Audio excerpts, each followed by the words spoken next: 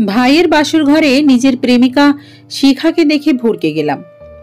এক মুহূর্তের জন্য নিজের চোখকে অবিশ্বাস করতে বাধ্য হলাম। মনকে সান্ত্বনা দিয়ে বললাম, ধুর, সে তো আমায় অনেক ভালোবাসে, এমনটা করতেই পারে না। হাতের উল্টো পিঠ দিয়ে চোখ দুটো ডলে আবার ভালো করে তাকালাম, কিন্তু চেহারার কোনো পরিবর্তন আসলো না। বাড়ির সকলেই আমার দিকে ভয়ার্থ চাহনি নিক্ষেপ করেছে। রাগে আমার শরীর থরথর করে কাঁপছে। হঠাৎ গলা ফাটিয়ে গগন ফাটানো চিৎকার করে বললাম, এসব কি হচ্ছে এখানে? আমার চিৎকার শুনে বিছানায় বসে থাকা আমার প্রেমিকা ভয়ে কেঁপে ওঠে। কেউ কিছু বলার সাহস পাচ্ছে না। আমি সোজা ভাইয়ার কাছে গিয়ে তার কলার পাকড়ে ধরলাম। এসব কি দেখছি আমি? তৎক্ষণাৎ সবাই এসে ভাইয়াকে আমার থেকে সরিয়ে নেয়।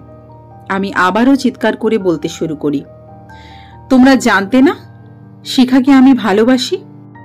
ও আমার গার্লফ্রেন্ড ছিল, তারপরও এই কাজটা তোমরা কিভাবে করতে পারলে? কারণ আমি তোমাকে ভালোবাসিনি। পিছন থেকে শিখার বাক্যটি শুনে আশ্চর্য হয়ে গেলাম।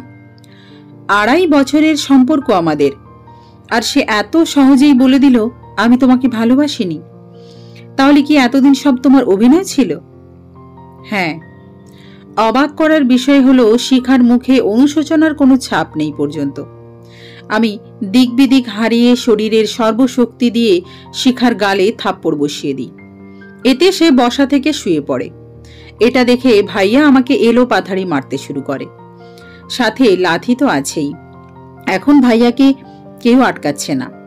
এরপর বাবা এসে থাপ্পড় মেরে বলল, তুই এতটা বিগড়ে যাবি তা কখনো ভাবিনি। নিজের ভাবির গায়ে হাত তুলিস? ছি, ভাবতেই ঘৃণা হচ্ছে তোর প্রতি। চোখের সামনে থেকে চলে যা। ভাইয়ার ঘর ত্যাগ করার পূর্বে শিখাকে উদ্দেশ্য করে বললাম, যেখানে নিজের পরিবার আমার মন বুঝল না, যেখানে 1000 টাকা দিয়ে কাপড় কিনে রঙের গ্যারেন্টি পাই না, আর তোকে ফ্রিতে পেয়েছিলাম, সেখানে রং বদলানোটা খুব কঠিন কিছু নয়। সময় একদিন ঠিকই এর বিচার করবে।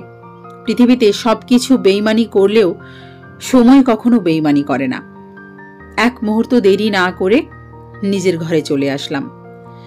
ঘরে এসে বিছানায় শরীরটা এলিয়ে দিয়ে সিগারেটে আগুন জ্বালিয়ে ঠোঁটে দিয়ে লম্বা একটা টান দিয়ে ভাবনার জগতে ডুব দিলাম।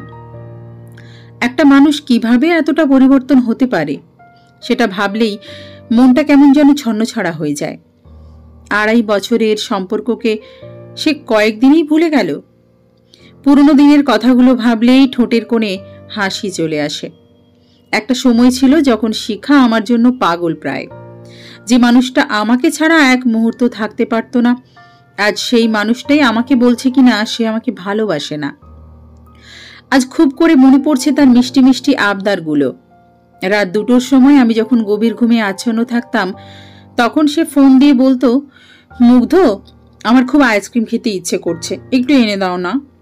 তার সেই মিষ্টি সুরের আবদারগুলো আমি এড়িয়ে যেতে পারতাম না। সারাটা শহর ঘুরে হলেও তার জন্য আইসক্রিম কিংবা চকলেট নিয়ে যেতাম। সে যখন অসুস্থ থাকতো, গভীর রাতে গাছ বেয়ে উঠে তার ব্যালকনি দিয়ে তার ঘরে গিয়ে মাথায় হাত বুলিয়ে দিতাম। যখন সে বলতো আমার মন খারাপ, তখন ছুটে যেতাম তার কাছে রাতভর গল্প করতে। তাকে হারানোর ভয় যখন আমাকে এতটাই ভাবাতো, তখন সে আমাকে বলতো, তুমি একদম চিন্তা করো না, আমি তোমাকে ছাড়া কোথাও যাব না। আমি সারা জীবন তোমার বুকে মাথা রেখে ঘুমোতে চাই। আর আজ থেকে সেই মেয়েটাই কিনা আমার বড় ভাইয়ের বুকে ঘুমোবে। নিয়তির কি বিচিত্র খেলা।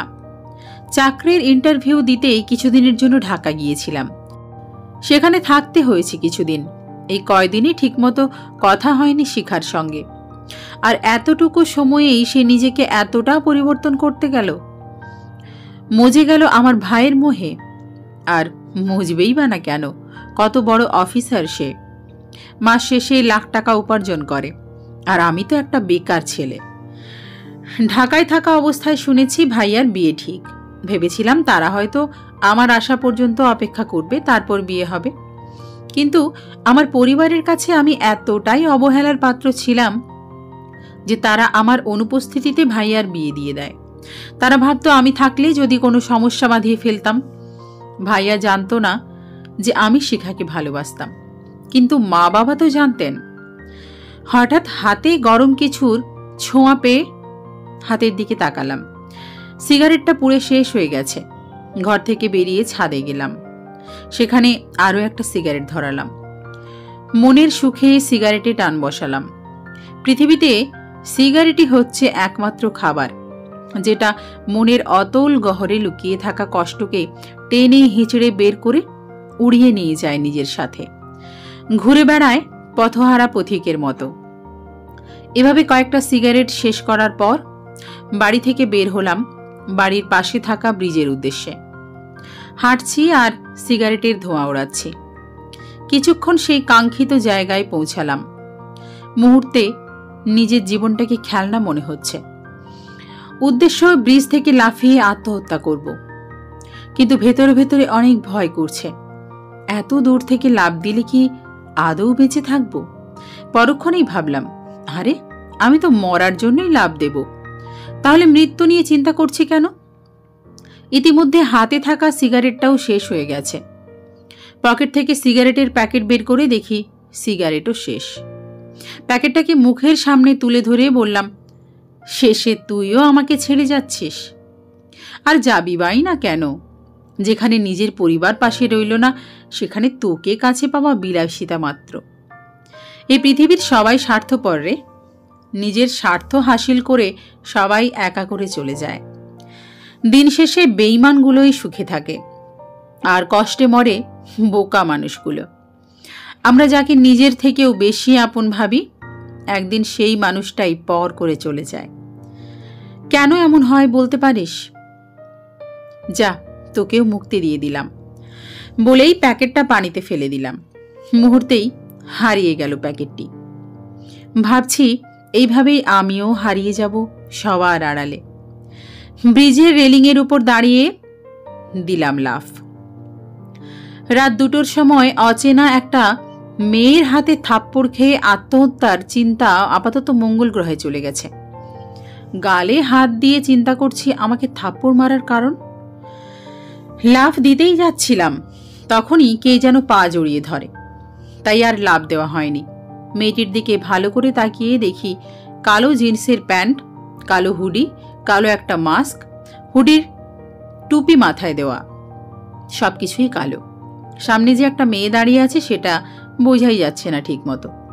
আবার পাশে একটা কালো বাইকও রয়েছে। মেয়েটি আমার মুখের সামনে তুড়ি বাজিয়ে বলল, এই যে হ্যালো, বোবা হয়ে গেলেন নাকি? এভাবে চুপচাপ কি দেখছেন? এতক্ষণে হুঁশ হলো আমার। তার আগে আমাকে বলেন, আপনি আমাকে মারলেন কেন? আত্মহত্যা করছিলেন তাই? জানেন না আত্মহত্যা করা মহাপাপ? জানি, তবে আপনার সাহস দেখে অবাক না হয়ে পারলাম না। এত রাতে একা একটি মেয়ে হয়ে একটা ছেলেকে মারলেন। এখন যদি আমি আপনার কোনো ক্ষতি করি? মেয়েটি বোধহয় হাসল। হাসির কি বললাম? আপনি হাসছেন? হাসার মতো কি বলেছি কি? আপনি বোকার মতো কথা বলেন। মানুষ এতটাও অকৃতজ্ঞ নয় যে তার জীবন বাঁচিয়েছে তারই ক্ষতি করার চিন্তা করবে। বাহ, চমৎকার কথা বলছে তো মেয়েটা। আপনার বুদ্ধি আছে বলতে হয়, এতটুকু বুদ্ধি নিয়ে চলতে হয়। যাই হোক, এখন বলুন, বলদের মতো মরতে কেন যাচ্ছিলেন? আরে, মেয়েটা তো আজব, আমাকে বলদ বলল। সোজা সাপটা উত্তর দিলাম, আমার প্রেমিকার বিয়ে হয়েছে, সে বেইমানি করেছে আমার সাথে। আজব ব্যাপার। মেয়েটি খিলখিল করে হাসছে। আমার কষ্টের কথা শুনে সে হাসছে। মনে কি মায়া বলে কিছুই নেই? ব্যাস এইটুকুই? এই সামান্য কারণে আপনি জীবনটা শেষ করতে যাচ্ছিলেন? মিষ্টি চাঁদের দিকে তাকিয়ে দীর্ঘ একটা শ্বাস ছেড়ে বললাম, আরও কারণ আছে। সে আমার বড় ভাইকেই বিয়ে করেছে, আর পরিবারের সবার কাছে আমি অবহেলার পাত্র। মা বাবা জানতো আমাদের সম্পর্কের বিষয়ে, তারপরও তারা বিয়েটা আটকায়নি। আমার অনুপস্থিতিতে বিয়ে দিয়ে দেয়। এবার মেয়েটিও লম্বা একটা শ্বাস ছাড়ল। তার কণ্ঠ শীতল হয়ে এলো। চলুন সামনে হাঁটা যাক। হাঁটবেন? আচ্ছা চলুন, আমরা হাঁটা ধরি। এখনো পর্যন্ত কেউ কারো নামই জানালাম না। হঠাৎ সে বলে ওঠে, সত্যি পরিবারের কাছে এমন ব্যবহার পাওয়া খুবই কষ্টের। এর থেকে মৃত্যু যন্ত্রণাই শ্রেয়। কিন্তু মা বাবা কি করে হতে পারে সন্তানের উপর এতটা কঠোর? তারা কি সত্যিই আপনার? জি, ঠিকই ধরেছেন। তারা আমার আপন মা বাবা নয়। শুনেছি যখন ছোট ছিলাম তখনই দত্তক নিয়েছিল আমায়। আমি তো এটাও জানি না যে আমার আসল মা বাবা কি আদৌ বেঁচে আছে নাকি মরে গেছে। ছোটবেলায় সবাই খুব ভালোবাসতো, বিশেষ করে মায়ের ভালোবাসাটা পেতাম সবচেয়ে বেশি। আস্তে ধীরে যখন বড় হতে শুরু করি তখন আমার প্রতি মায়ের ভালোবাসা দেখে বড় ভাই হিংসায় জ্বলে যেত। আমি তাকে আপন ভাই ভাবতাম ঠিকই, কিন্তু তার চোখে আমি নিতান্তই উটকো একটা ঝামেলা। তাই সে উঠতে বসতে বাড়ির সকলের চোখে আমাকে যে কোনো মূল্যে অপরাধী সাজাতো। আমিও কখনো তাকে কিছুই বলতাম না। তাদের নুন খেয়েছি, ছোট থেকে বড় করেছে, এই তো অনেক। এগুলো তো নিজের মা বাবাও করতে পারত। তাই কখনো অকৃতজ্ঞ হয়ে ওঠা হয়নি। আস্তে আস্তে পরিবারের চোখে সবচেয়ে বাজে মানুষ হয়ে গেলাম। সন্তানের মতো ভালোবেসেছিল, ফেলে তো আর দিতে পারে না, তাই বাড়ির এক কোণে ফেলে রাখতো আমাকে। আমার প্রেমিকা ছিল বড়লোক বাবার একমাত্র মেয়ে, আর ছেলেও মস্ত বড় অফিসার, মাস শেষে লাখ লাখ টাকা উপার্জন করে। এদিকে আমি এক বেকার ব্যর্থ প্রেমিক। বিয়ে না দেওয়ার কোনো কারণ ছিল না। আমি আমার মা বাবাকে কখনোই ক্ষমা করব না। ইতিমধ্যেই চোখের কোণে পানি এসে জমাট বেঁধেছে। চোখের পলক ফেলতেই টুপ করে মাটিতে পড়ে গেল 2 ফোঁটা পানি। কাঁদবেন না। সময় এবং পরিস্থিতির সাথে নিজেকে খাপ খাইয়ে চলার নামই হচ্ছে জীবন। সেটা হোক সুখের কিংবা দুঃখের। সময় আর পরিস্থিতি তো বোঝে না আপনি বা আমি সুখে আছি নাকি কষ্টে দিন পার করছি। ভাগ্য নিজেকেই পরিবর্তন করে নিতে হয়। জীবনে যুদ্ধ না করলে জীবনটাকে কখনো উপলব্ধি করা সম্ভব হয়ে ওঠে না। খুব সুন্দর করে কথা বলেন আপনি, দেখবেন আবার প্রেমে পড়বেন না যেন। মেয়েটির কথা শুনে ভ্যাবাচেকা খেয়ে গেলাম। মুখের উপর কেউ এভাবে বলে? জি, সবকিছু মুখের উপর বলার চেয়ে উত্তম আর কিছুই নেই। মনের ভেতর এক আর মুখে আর এক, এমন মানুষের মতো ভয়ঙ্কর পৃথিবীতে আর কিছু হতে পারে না। মেয়েটির কথা যতই শুনছি ততই অবাক হচ্ছি। সবকিছু কতটা গভীরভাবে চিন্তা করে। এভাবেও চলা যায়? আত্মহত্যা করলেই কি সবকিছু সমাধান হয়ে যায়? মেয়েটির প্রশ্নের কি জবাব দেব ভাবতে পারছি না। চুপ যে বড়। জানি না, তবে সবার থেকে নিজেকে আড়াল করে নিতে চেয়েছিলাম। আপনি বড্ড বোকা। যার জন্য মরতে গেছিলেন সে কিন্তু একবারও আপনার জন্য চোখের পানি ফেলতো না। সে তো তার জন্য একটা পারফেক্ট জীবন সঙ্গী খুঁজছিল, সেটা পাওয়া হয়ে গেছে। তাহলে সে কেন ভাববে তার অতীত নিয়ে? বেঈমানরা কখনো কাঁদে শুনেছেন? না। তাহলে বোকার মতো কেন মরতে বসেছিলেন? শক্তি রেখে যারা চলে তারা কখনো হারে না। ব্যর্থতা একটা পরীক্ষা মাত্র। স্বীকার করুন, কি ঘাটতি রয়েছে দেখুন, পূরণ করুন। যতক্ষণ না সফল হন শান্তির ঘুম ত্যাগ করুন, লড়াই করুন। সফলতা হেঁটে হেঁটে আপনার কাছে আসবে।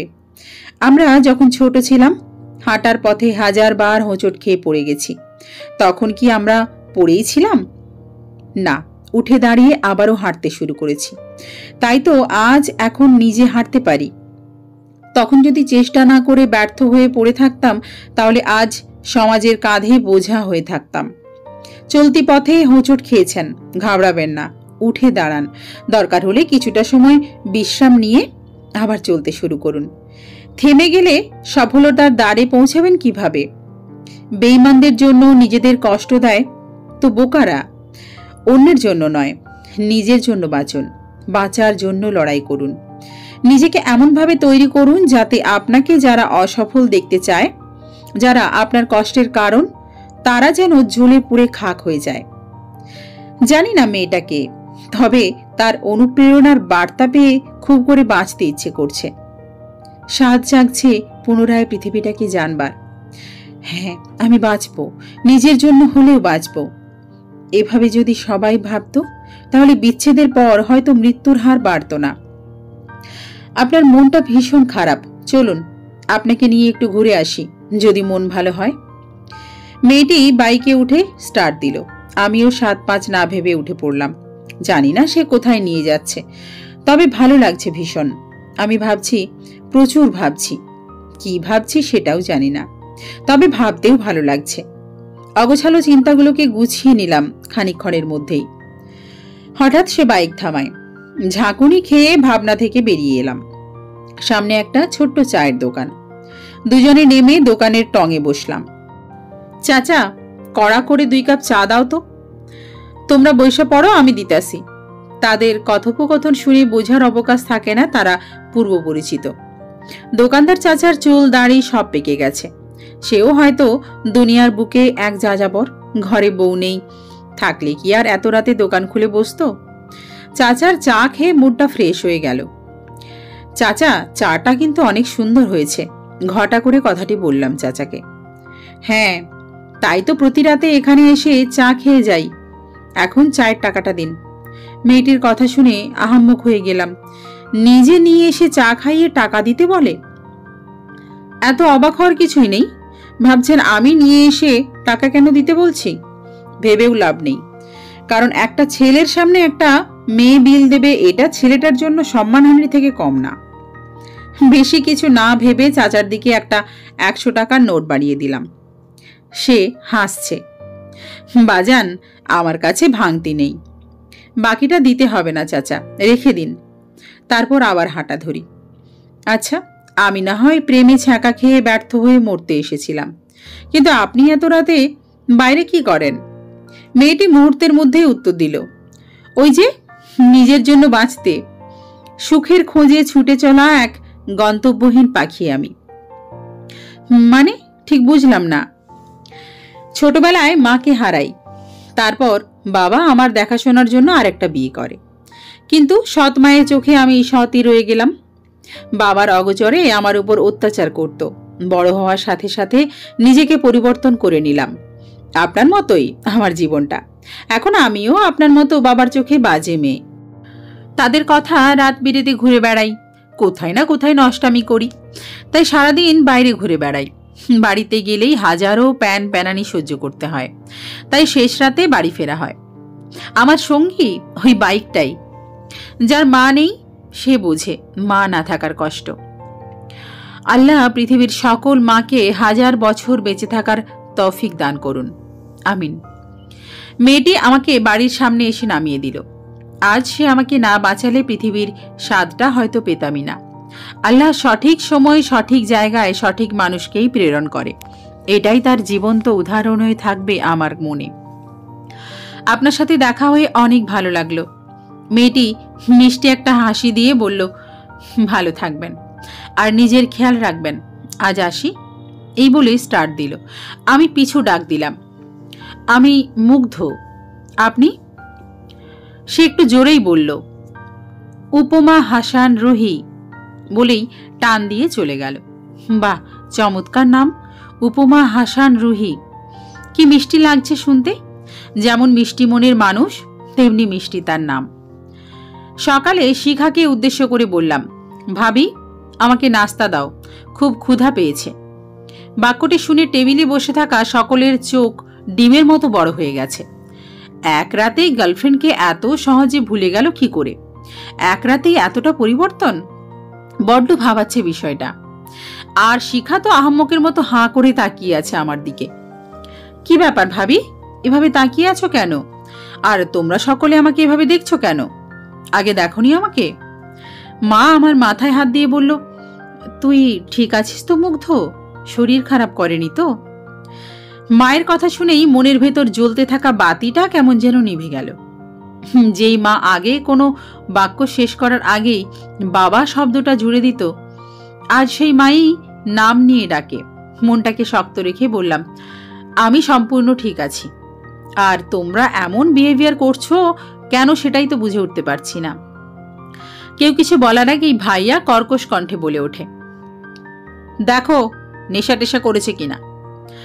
ছোটবেলা থেকেই মদকে খুব ঘৃণা করি, এই শব্দ শুনলেই মাথায় রাগ ওঠে। ভাইয়া হয়তো ভেবেছে কালকের মতোই আজও তার দিকে ক্ষিপ্ত হয়ে মারতে যাব।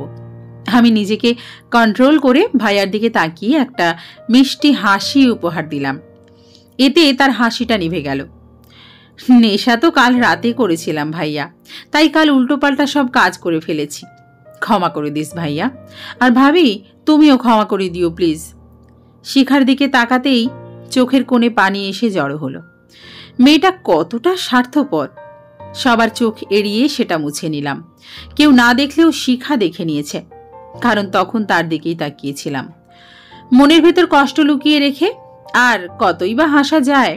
মনটা তো খুবই নরম, কোনো পাথর নয় যে সারাদিন পানি ঢাললেও সে গলবে না। উফ ভাবি, আর দেরি না করে নাস্তা দাও, ঠান্ডা হয়ে যাবে তো। শিখা মুখটা মলিন করে সবাইকে নাস্তা পরিবেশন করলো। প্রিয় মানুষটিকে পায়নি তো কি হয়েছে, তার হাতের রান্না খাওয়ার তো সৌভাগ্য হয়েছে। তাই দুঃখ বিলাস না করে তৃপ্তি করে খেয়ে নিলাম। খাওয়া শেষ করে ছাদে গেলাম। এক কোণে দাঁড়িয়ে মনের সুখে সিগারেটে টান মারছি আর প্রকৃতির সাথে নিজের কষ্টগুলোকে ভাগাভাগি করছি। কিছুক্ষণ পর কারোর পায়ের শব্দ পেলাম। তাকিয়ে দেখি শিখা। সে গুটি গুটি পায়ে আমার পাশে এসে দাঁড়ালো। হঠাৎ স্বামীকে ঘরে রেখে ছাদে এলেন যে? অফিসে গেছে। বাহ, চমৎকার বিষয়। বিয়ের পরদিনে অফিস? বেশ দায়িত্ববান স্বামী পেয়েছেন। শিখা চুপচাপ দাঁড়িয়ে আছে। আমিও আর কিছু না বলে আকাশ পানে চেয়ে রইলাম। কি ভাবছো এমন আকাশের দিকে তাকিয়ে? ভাবছি মানুষ কতটা নিখুঁত অভিনয় জানলে দীর্ঘ 2.5 বছর অভিনয় করে যেতে পারে, তাও আবার যেমন তেমন নয়, ভালোবাসার অভিনয়। আপনি চাইলেই নাটক বা সিনেমায় কাজ করতে পারেন, বেশ নামডাক হবে। আমার কথার কোনো উত্তর দিল না শিখা। কিছু সময় নীরব থেকে বলল, তখন খাবার টেবিলে কাঁদছিলে কেন? ফিক করে হেসে দিয়ে বললাম, কাঁদিনি, চোখে কিছু একটা পড়েছিল তাই চোখে পানি এসেছিল। আচ্ছা, একটা কথা জিজ্ঞেস করব। এর আগে তো এমন ঘটা করে অনুমতি নিতে না, তবে আজ কেন? তার পুরো কথা শেষ করতে না দিয়েই বললাম, আগে আপন ছিলেন আর এখন আপনি আমার কেউ না, তাই আগের কথা টেনে কথা না বললেই ভালো। যাই হোক, বলেই ফেলি। আমি আসলে জানতে চাচ্ছি আমার সাথে প্রতারণা করার কারণটা কি? এমন অপরাধ করেছিলাম যার জন্য এই ভয়ঙ্কর শাস্তি দেওয়া হলো? সবকিছু তোমার ভাইয়ার কথাই করেছি। চমকে উঠলাম কথাটি শুনে। তার মানে এটাতেও ভাইয়ার হাত রয়েছে? মানে? তোমার ভাইয়ার সাথে আমার রিলেশন 3 বছরের। একদিন হঠাৎ তোমার ভাইয়া আমাকে বলে তোমার জন্য নাকি মা তাকে ভালোবাসেননি, সব ভালোবাসা তুমি একাই পেয়েছ, এমনকি সব সম্পত্তি তোমার নামেই করে দেবে। তাই সে তোমার সাথে আমাকে ভালোবাসার নাটক করতে বলে, তাই আমিও তার কথায় রাজি হয়ে যাই। শিখার কথা শুনে বেশ পাগলের মতো হাসতে ইচ্ছে করছে, হেসেও ফেললাম। তুমি হাসছো? কালকের দিন পর্যন্ত খুব অহংকার করে বলতে পারতাম আমার একটা আপন মানুষ ছিল, কিন্তু আজ যে সম্পূর্ণ একা হব এটা ভাবিনি কখনো। এখন থেকে আমি শুধুই আমার। তোমার কথা ঠিক মানে বুঝলাম না। হ্যাঁ, তোমার শ্বশুর শাশুড়ি আমার নিজের মা বাবা নয়, দত্তক নিয়েছিল। ছোটবেলায় ভালোবাসতো ঠিকই, কিন্তু এখন আমি তাদের কাছে ডাস্টবিনের আবর্জনা, আর বাকি রইল সম্পত্তি। আর যেখানে আপন মানুষগুলো দূরে ঠেলে দেয় সেখানে তার থেকে বড় কষ্টের আর কি হবে? যদি মনেই সুখ না থাকে। জানো শিখা, এই পরিবার থেকে যখন অবহেলা পাচ্ছিলাম তখন হুট করে তুমি আমার জীবনে অনুপ্রবেশ করলে, আর তারপর আস্তে আস্তে তুমি নিজেই ভালোবাসার হাত বাড়িয়ে দিলে। তখন আমি আবার নতুন একটা পৃথিবী সাজাতে ব্যস্ত হয়ে পড়লাম। সবাই যখন আমাকে তাদের দ্বার থেকে তাড়িয়ে দিল, তখন শেষে এসে তোমার দ্বারে দাঁড়ালাম। তুমি দরজাটা খুললে ঠিকই, হাতটাও বাড়িয়ে দিলে, কিন্তু শেষ মুহূর্তে এসে মুখের উপর দরজাটা বন্ধ করে দিলে। এখন আর আমার পৃথিবীতে কেউ রইল না। না পেলাম নিজের মা বাবার ভালোবাসা, আর না পেলাম টাকা দিয়ে কিনে নেওয়া মা বাবার ভালোবাসা, আর না পেলাম প্রিয় মানুষটার ভালোবাসা। আমার জীবনটা কত রঙিন, তাই না শিখা? চারিদিকে শুধু সুখ আর সুখ। আমার সাথেই কেন এমন হলো বলতে পারো? নিচে যারা আছে তারা তোমার আপন মা বাবা নয়? কেন? সবকিছুই যখন বলেছে তখন এটাও নিশ্চয়ই বলেছে। তুমি এতিম এটা কখনো বলেনি। শিখার দিকে তাকিয়ে দেখি তার চোখ দিয়ে অনর্গল পানি পড়েই চলেছে। করুণা হচ্ছে আমার প্রতি। শিখা আমার পা জাপটে ধরে কাঁদতে লাগলো, ক্ষমা চাইতে লাগলো। তুমি প্লিজ আমাকে ক্ষমা করে দাও, বিশ্বাস করো আমাকে ভুল বুঝিয়ে এসব করানো হয়েছে। আমি জানতাম না তুমি এতিম। বুদ্ধি কি লোপ পেয়েছিল নাকি? দেবরের পায়ে ধরে কেউ? আর আমি এতিম জানলে নাটক করতে না, কিন্তু মা বাবা আছে জেনে নাটক করেছ। কেন, কষ্টটা কি মা বাবা মোচন করে দিত? এটা কেমন চিন্তা তোমার? তোমার দেওয়া কষ্ট কেন আমার মা বাবা মোচন করবে? পা থেকে ওঠো তাড়াতাড়ি, কেউ দেখে ফেলবে, পরে তোমারই সম্মানে আঘাত হবে। আগে বলো তুমি আমাকে ক্ষমা করে দিয়েছ। কি আজব ব্যাপার, তাই না? কষ্ট দিচ্ছ নিজের ইচ্ছায়, আবার ক্ষমা করতেও বাধ্য করছো। নিয়তির কি খেলা! তোমাকে জায়গা দিয়েছিলাম বুকের অতল গহরে, আর আজ রয়েছে তুমি আমার পায়ে। একেই বলে সুখে থাকতে ভূতে কিলায়। প্লিজ পা থেকে ওঠো। শিখা পা থেকে উঠে দাঁড়ায়। চলে আসতে যাব ঠিক তখনই শিখার ফুপিয়ে ফুপিয়ে কান্নার শব্দ পেলাম। দীর্ঘ 2.5 বছরের সম্পর্কে তার উপর যতবারই রাগ করেছি ততবারই সে এভাবে ফুপিয়ে কেঁদে আমার রাগ ভাঙিয়েছে। সেসব তো সবই মিথ্যা ছিল। আজও কি সে মিথ্যা কান্নার মায়ায় আমাকে জড়াতে চায়? প্লিজ আমাকে ক্ষমা করে দাও গুড্ডু বলি আবার ফুপিয়ে কেঁদে ওঠে মেয়েটা। শিখা আমাকে ভালোবেসে এই গুড্ডু নামে ডাকত। ওর চোখের পানি কেন জানি না আমার সহ্য হচ্ছে না।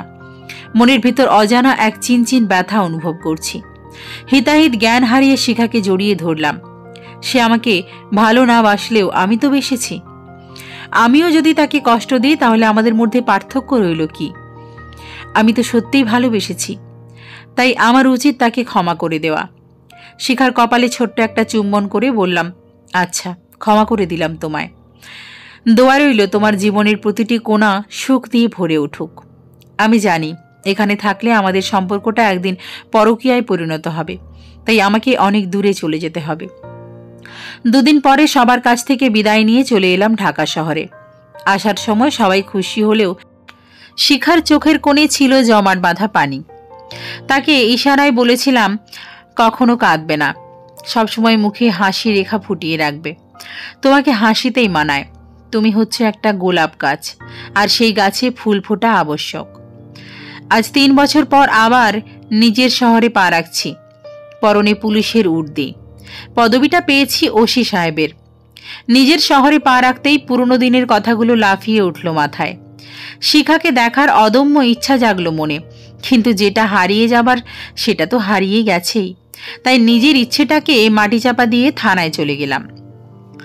সবাই খুব সুন্দর করে সম্মান জানালো। আমাকে আমার আসন দেখিয়ে দেওয়া হলো। আমি আরামসে সেখানে বসলাম। কিছুক্ষণ পর একটা মেয়ের কণ্ঠ শুনে মাথা তুলে তাকালাম।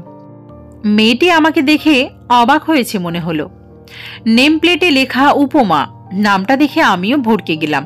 এটা কি সেই উপমা, যে উপমাকে আমি অনেকদিন যাবৎ খুঁজছি? পরক্ষণেই ভাবলাম, আরে ধুর, এটা তো কখনোই হতে পারে না। কারণ যে উপমা আমাকে বাঁচিয়েছে সে একটু মোটা ছিল, কিন্তু এই মেয়েটা তো একেবারেই চিকন। স্যার, আমি উপমা, এই থানার এসআই। আপনার সাথেই আমার ডিউটি দেওয়া হয়েছে। যাক, শুনে ভালো লাগলো। একটা সুন্দরী মেয়ের সাথে ডিউটি করতে পারবো। কেটে গেল 1 মাস। এই 1 মাসে কত শতবার যে তাকে খুঁজেছি। হ্যাঁ, মনে পড়েছে। সে বলেছিল সে প্রতিদিন রাতে ওই চাওয়ালা চাচার দোকানে গিয়ে চা খায়। একবার সেখানে গিয়ে খোঁজ করলে মন্দ হয় না। গেলাম রাত 2টোর সময়, কিন্তু হতাশ হওয়া ছাড়া উপায় ছিল না। দোকান খোলা ছিল ঠিকই, কিন্তু উপমা নেই। আশেপাশে তাকিয়েও লাভের লাভ কিছুই হলো না। চাচার কাছে 1 কাপ চা চাইলাম। চাচা সাধারণভাবেই তাকায় আমার দিকে, হয়তো চিনতে পারেনি। একদিনের দেখায় কি আর এতদিন মনে থাকে? তার তো বয়স হয়েছে। চা খেতে খেতে চাচাকে জিজ্ঞেস করলাম, চাচা, ওই মেয়েটি কি এখন আর এখানে আসে না? চাচা হয়তো আমার কথা বুঝতে পারেনি। কার কথা কও বাজান? আরে, যে মেয়েটা প্রতিদিন রাত 2টোর সময় এখানে এসে চা খেত, সাথে কালো বাইক নিয়ে আসে। কথাটা শুনে চাচার মনটা খারাপ হলো মনে হচ্ছে। কি হলো চাচা, আপনি মন খারাপ করলেন কেন? বাজান, মাইয়াডা আহে না অনেক দিন, খুব দেখবার মন চায়, বাপের মতো ভালোবাসতো আমারে বলেই চোখ দিয়ে দুফোঁটা পানি গড়িয়ে পড়ল। চাচার কাঁধে হাত রেখে বললাম, মন খারাপ করবেন না চাচা, সে একদিন আসবেই। মেয়ে কি কখনো তার বাবাকে ছেড়ে থাকতে পারে? চিন্তা করবেন না, আর আমার জন্য দোয়া করবেন আমি যেন তাকে খুঁজে পাই। চাচার বিল দিয়ে চলে আসি। সকালে ঘুম থেকে উঠে পার্কে গিয়ে একটু শরীরচর্চা করলাম, তারপর বাসার দিকে রওনা হলাম। বাসার সামনে এসেই আমি অবাক, উপমা গেটের ভেতর।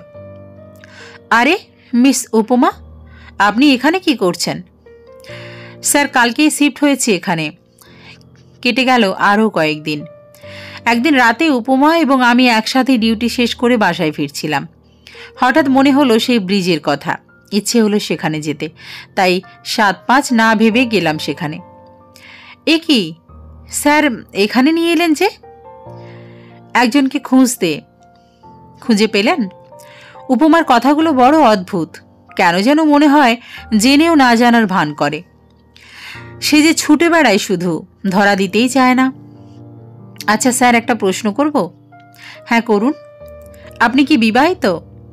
একটা মুচকি হেসে জবাব দিলাম। বিয়ের কথা কখনো চিন্তা করা হয়নি। আমার কথা শুনে মেয়েটি মনে হয় খুশি হলো। সে আবারও প্রশ্ন করে, কাউকে ভালোবাসেন? তার কথা শুনে মনটা কেমন যেন খারাপ হয়ে গেল। মনে পড়ল পুরানো সেই দিনের স্মৃতিগুলো। একটা দীর্ঘশ্বাস ছেড়ে বললাম, একজনকে ভালোবাসতাম, কিন্তু সে আমাকে ছেড়ে চলে গেছে তার সুখের ঠিকানায়, যেখানে গেলে সে ভালো থাকবে। এখন আর কাউকে ভালোবাসেন না? সেদিকে আর পা বাড়ানো হয়নি, তবে একজনকে খুব করে অনুভব করি। অদ্ভুত বিষয় হলো, সে মেয়েটির নামও উপমা।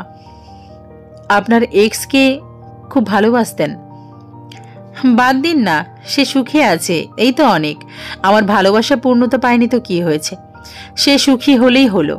তাকে তো আমি আমার সাথে সুখী দেখতে চেয়েছিলাম, আর সে সুখেই আছে, শুধু মানুষটাই আলাদা। এতে ক্ষতির কি? আমার কথা শুনে মেয়েটি একটা লম্বা শ্বাস ছাড়ল।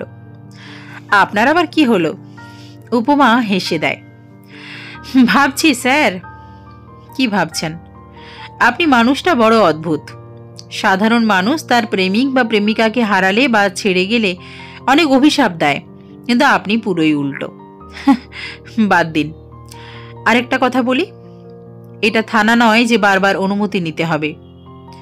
সেটা বললেই হয়, এত ঝাঁঝ দিয়ে কথা বলেন কেন? আরে, উপমা আমার সাথে রেগে কথা বলছে, সাহস তো কম নয়। আপনার সাহস তো কম নয়, আমার সাথে রেগে কথা বলেন। এত বড় সাহস কে দিল আপনাকে? উপমা তার মুখটা একদম আমার কাছে এনে বলে, এটা থানা নয় যে আপনাকে ভয় পেয়ে কথা বলবো। বাপরে, মেয়ে তো একেবারে আগুন। এসআই হয়ে ওসিকে ফাপড় দেয়। আমার দাম থাকলো। যাই হোক, বলে ফেলি, আপনি যাকে অনুভব করেন তাকে যদি খুঁজে পান তাহলে কি করবেন? একেবারে বিয়ে, যদি সে রাজি হয়। উপমা মনে হয় আমার কথা শুনে খুব খুশি হলো। এটা ভালো বলেছেন, প্রিয় মানুষকে হারিয়ে যেতে দিতে নেই। একবার হারিয়ে গেলে সারা জীবন আফসোস নিয়ে কাটাতে হয়। নিয়তি বড় অদ্ভুত। কেউ কি আর ইচ্ছে করে তার প্রিয় মানুষটিকে হারায়? তারা নিজের রং বদলিয়ে নতুন রঙের ছোঁয়ায় ডুবে যায়, হারিয়ে যায় সেই রঙের অতল গহরে। জীবনটাই কেটে গেল কষ্টের সাগরে ভেসে, সব সয়ে গেছে। কষ্ট পাবেন না। জীবনে এমন একটা মুহূর্ত আসবে, তখন শুধু সুখ আর সুখ। দেখবেন একদিন সুখের রাজ্যে ভাসছেন, কারণ দুঃখের পরেই আসে সুখ। দুঃখ তো একটা পরীক্ষা মাত্র। আপনার কথাগুলো খুব পরিচিত মনে হচ্ছে। হতেও পারে। আচ্ছা, সেই মেয়েটা যদি দেখতে কুৎসিত হয়, তবুও তাকে বিয়ে করবেন? চেহারা দিয়ে আর কি করব, যদি মনটাই হয় বিষাক্ত। সে কুৎসিত হোক না সুন্দর, এতে আমার আসে যায় না কিছুই। মানুষ কতটা ভালো হলে একজনের প্রাণ বাঁচিয়ে তাকে বাঁচাতে শেখায়। সে আর যাই হোক, আর 5টা মেয়ের মতো বেঈমান হবে না। যদি সে কুৎসিত হয় তাহলে আমার জন্য ভালোই হবে। উপমা অবাক হলো শেষের কথাটি শুনে। কুৎসিত হলে ভালো হবে কেন? কেননা আজকের দিনে পরকীয়া এতটাই বৃদ্ধি পেয়েছে, আর এগুলো সুন্দরী মেয়েরাই করে বেশি। আর বিশেষ করে বউকে নিয়ে বাইরে বের হলে রাস্তার কিছু কুকুরের বাজে নজরে যেতে হয়। কুৎসিত হলে কেউ সেভাবে তাকাবে না। আপনার কথা শুনে ভালো লাগলো। আচ্ছা, আপনি যদি তাকেও না পান তাহলে কি আবারও আত্মহত্যা করবেন? উপমার কথা শুনে অবাকের চরম পর্যায়ে পৌঁছে গেলাম। আমি যে আত্মহত্যা করতে চেয়েছিলাম সে জানলো কিভাবে? আমি তো তাকে কখনো বলিনি। আপনি এসব জানলেন কিভাবে? বলছি, একটু অপেক্ষা করুন, আমি আসছি। আর যতক্ষণ না আসছি ততক্ষণ এখান থেকে এক পাও নড়বেন না, না হলে পা ভেঙে হাতে ধরিয়ে দেব। এই বলে গাড়ি নিয়ে চলে গেল। বুঝলাম না হঠাৎ তার কি হলো। মেয়েটি আজ বড় অদ্ভুত আচরণ করছে। দাঁড়িয়েই রইলাম। কিছুক্ষণ পর বাইকের শব্দ শুনলাম। পিছনে তাকিয়ে দেখি সেই পুরনো দিনের মেয়েটি, কালো হুডি পরা, কালো মাস্ক, হুডির টুপি মাথায় দেওয়া, কালো বাইক। সে এসে আমার সামনে দাঁড়ালো। আমি শুধু নির্বাক হয়ে তাকিয়ে রইলাম। স্বপ্ন দেখছি না তো? আমার সামনে দাঁড়িয়ে আছে পুরনো সেই উপমা, যার জন্য আজ আমি বেঁচে রয়েছি। বেঁচে থাকতে তার সাথে আবার দেখা হবে ভাবতে পারিনি কখনো। আমি তাকে দেখাতে বিভোর হয়ে আছি। কখন যে সে সামনে এসে দাঁড়িয়েছে বুঝতেই পারিনি। এই যে মিস্টার ক্যাবলাকান্ত, কি দেখছেন এইভাবে? যেদিনই আপনার সামনে এসে দাঁড়ায় সেই দিনই এইভাবে তাকিয়ে থাকেন। কি ঘটনা বলুন তো? ভালো টালো বাসেন নাকি? আমি তার প্রশ্নের কোনো জবাব না দিয়ে উল্টে প্রশ্ন করলাম, এতদিন কোথায় ছিলেন? জানেন, পাগলের মতো খুঁজছিলাম আপনাকে, শুধু একবার দেখব বলে। একটা অচেনা অজানা মেয়েকে খুঁজছেন, তাও আবার পাগলের মতো। কেন? জানি না কেন, তবে আপনাকে দেখার জন্য মনটা কেমন আমার দেউলিয়া হয়ে গেছে। আপনাকে প্রতিদিন এই ব্রিজ এবং চাচার দোকানে খুঁজি, কিন্তু কখনো পাইনি। কিন্তু আজ আপনি আমার সামনে। সবকিছু কেমন যেন স্বপ্নের মতো লাগছে আমার। স্বপ্ন দেখতে হবে না, আমি বাস্তবেই আপনার সামনে দাঁড়িয়ে আছি। বললেন না তো আমাকে কেন খুঁজছিলেন পাগলের মতো? হাত দুটো মুঠো করে ব্রিজের রেলিংয়ের উপর রেখে আকাশ পানে তাকালাম। আমি জানি না কেন খুঁজছিলাম আপনাকে, তবে খুব করে খুঁজছিলাম। আপনাকে খুঁজতে আমার ভালো লাগে। কারণটা কি শুধুই ভালো লাগার? মেয়েটির দিকে একবার তাকিয়ে আবার চোখ ফিরিয়ে নিলাম। জানা নেই। আচ্ছা, আজ তাহলে আসি। বেঁচে থাকলে আবার দেখা হবে কোনোদিন। মেয়েটির যাওয়ার কথা শুনে হঠাৎ আমার হাসি মুখটা মলিন হয়ে গেল। এতদিন পর খুঁজে পেয়েও আবার হারিয়ে ফেলবো তাকে। সে চলে যাওয়ার জন্য পিছু ফিরে হাঁটা ধরল। শুনুন। পিছু ডাক শুনে আবার আমার কাছে চলে এলো। যাবেন না প্লিজ। সে চোখ দুটো ছোট ছোট করে বলল। থেকে যাওয়ার তো কোনো কারণ খুঁজে পাচ্ছি না। আমি উত্তেজিত হয়ে বলি, কারণ আছে। সে মাথা নাড়িয়ে বলে, কি? আমি একটা শুকনো ঢোক গিলে বললাম, আপনাকে আমি অনুভব করি সব সময়। বাক্যটি বলেই তার উল্টো হয়ে দাঁড়ালাম। কিছুটা সময় অতিবাহিত হওয়ার পরেও যখন কোনো সাড়া শব্দ পেলাম না, তখন পিছন ঘুরে তাকালাম, কিন্তু উপমা নেই। গেল কোথায়? তাহলে কি সে আমাকে আবার ছেড়ে গেল? আমার ভাগ্যটাই কি এমন? সুখ নামক শব্দটা আমার জন্য কি হারাম হয়ে গেছে? নিমেষেই আমার মনটা খারাপ হয়ে গেল। কেন বারবার এমন হয় আমার সাথে? এই যে মিস্টার ক্যাবলাকান্ত, পিছন ফিরে তাকান। পিছন থেকে কারো কথা শুনে চমকে উঠলাম। পিছনে তাকিয়ে দেখি উপমা ফুল হাতে নিয়ে হাঁটু গেড়ে বসে আছে। উপমার কাণ্ড দেখে আমি নির্বাক। এই কাজটা সবসময় ছেলেরা করে থাকে, কিন্তু এখানে উপমা নিজেই। উইল ইউ বি মাই সন্তানের বাবা? উপমার প্রপোজ দেখে আমি টাস্কিত। এরকম প্রপোজও কেউ করে? বেশি ঢং না করে ফুলটা নাও। আমি তাড়াতাড়ি ফুলটা নিয়ে উপমাকে তুলে একটু কাছে নিয়ে আসলাম। আজ প্রথম তার হাত ছুঁয়ে দেখলাম। উপমা কিছু না বলে একদম আমার বুকে মাথা রাখল। এই অনুভূতি ঠিক কতটা গভীর তা বলে বোঝাতে পারবো না। হৃদস্পন্দন একেবারে বেড়ে গেছে। কি হলো, তুমি জড়িয়ে ধরছো না কেন? তার অনুমতি পেয়ে আমিও পরম মমতায় তাকে জড়িয়ে ধরি। আচ্ছা, তুমি জানতে আমি তোমাকে খুঁজছিলাম? আর এটাও জানতে তোমাকে খুব মিস করি? হ্যাঁ, সব জানি, কিন্তু কিভাবে? কখনো তো দেখাই হয়নি আমাদের। আমিও অনুভব করে নিয়েছি। উপমাকে বুক থেকে তুলে ওর কপালে একটা চুম্বন করলাম। তারপর নিজের হাতে ওর মাস্ক খুলতে লাগলাম, খুব আগ্রহ নিয়ে। হঠাৎ উপমা আমার হাতে হাত রাখে। কি হলো, আটকালে কেন? আমি যদি দেখতে অসুন্দর হই? তাহলে আমার জন্য ভালো, কিন্তু কথায় কথায় আত্মহত্যা করতে চাওয়া মানুষকে আমি বিয়ে করতে পারবো না। সে ভয় এখন আর নেই, নিজেকে পরিবর্তন করে নিয়েছি। সত্যি তো? বিশ্বাস না হলে তুমি চলে গিয়ে দেখো, এক ফোঁটাও পানি পড়তে দেব না চোখ দিয়ে। তাই আমি চলে গেলে তুমি কাঁদবেও না? ঠিক আছে, তাহলে চলেই যাচ্ছি। উপমা চলে যেতে গেলেই ওকে টেনে বুকে জড়িয়ে নিলাম। একজন তো চলে গেছে নিজের ইচ্ছেতে, তোমাকে কোথাও যেতে দিচ্ছি না। ঢং, মানুষ বোকা হয় জানতাম, কিন্তু তুমি এতটা ক্যাবলাকান্ত হবে ভাবিনি। তোমাকে যে কি দেখে এত বড় পুলিশ অফিসার বানালো? যে মানুষ একটা মেয়েকে মনের কথা বলতে ভয় পায়, সে কিভাবে চোর খুনির পিছনে দৌড়ায়? উপমার কথা শুনে অজান্তেই হেসে দিই। কি হলো, হাসছো কেন? শোনো, একটা পুরুষ যতই ক্ষমতাধর বা সাহসী হোক না কেন, ভালোবাসার মানুষটির সামনে সে অসহায় হয়ে যায়। সে আর কিচ্ছু বলল না। আমি আবারও উপমার মাস্কে হাত দিলাম। এবার আর বাধা দিল না। আস্তে আস্তে নাকের নিচে নামিয়ে ফেললাম। নাকটা একদম খাড়া আর একটু লাল হয়ে আছে, একটু চেনা চেনা লাগছে। এবার পুরোটা খুলে ফেললাম। সঙ্গে সঙ্গে এক হাত দূরে গিয়ে দাঁড়ালাম। অবাকের চরম পর্যায়ে পৌঁছে গেছি আমি। এতদিন যার সাথে সবসময় ডিউটি করতাম, সেই মেয়েটিই সেই পুরনো উপমা। সে সব জেনেও চুপ ছিল। তুমি? হ্যাঁ, নিশ্চিত হয়ে উত্তর দেয়। হ্যাঁ আমি। এত এত অবাক হচ্ছ কেন? পছন্দ হয়নি নাকি আমাকে? ভালোবাসা যাবে না? এরকম কিছুই না, কিন্তু তুমি সব জানার পরেও আমাকে বলনি কেন? বললে কি আজ আপনার মনের কথাগুলো জানতে পারতাম। আচ্ছা সরি।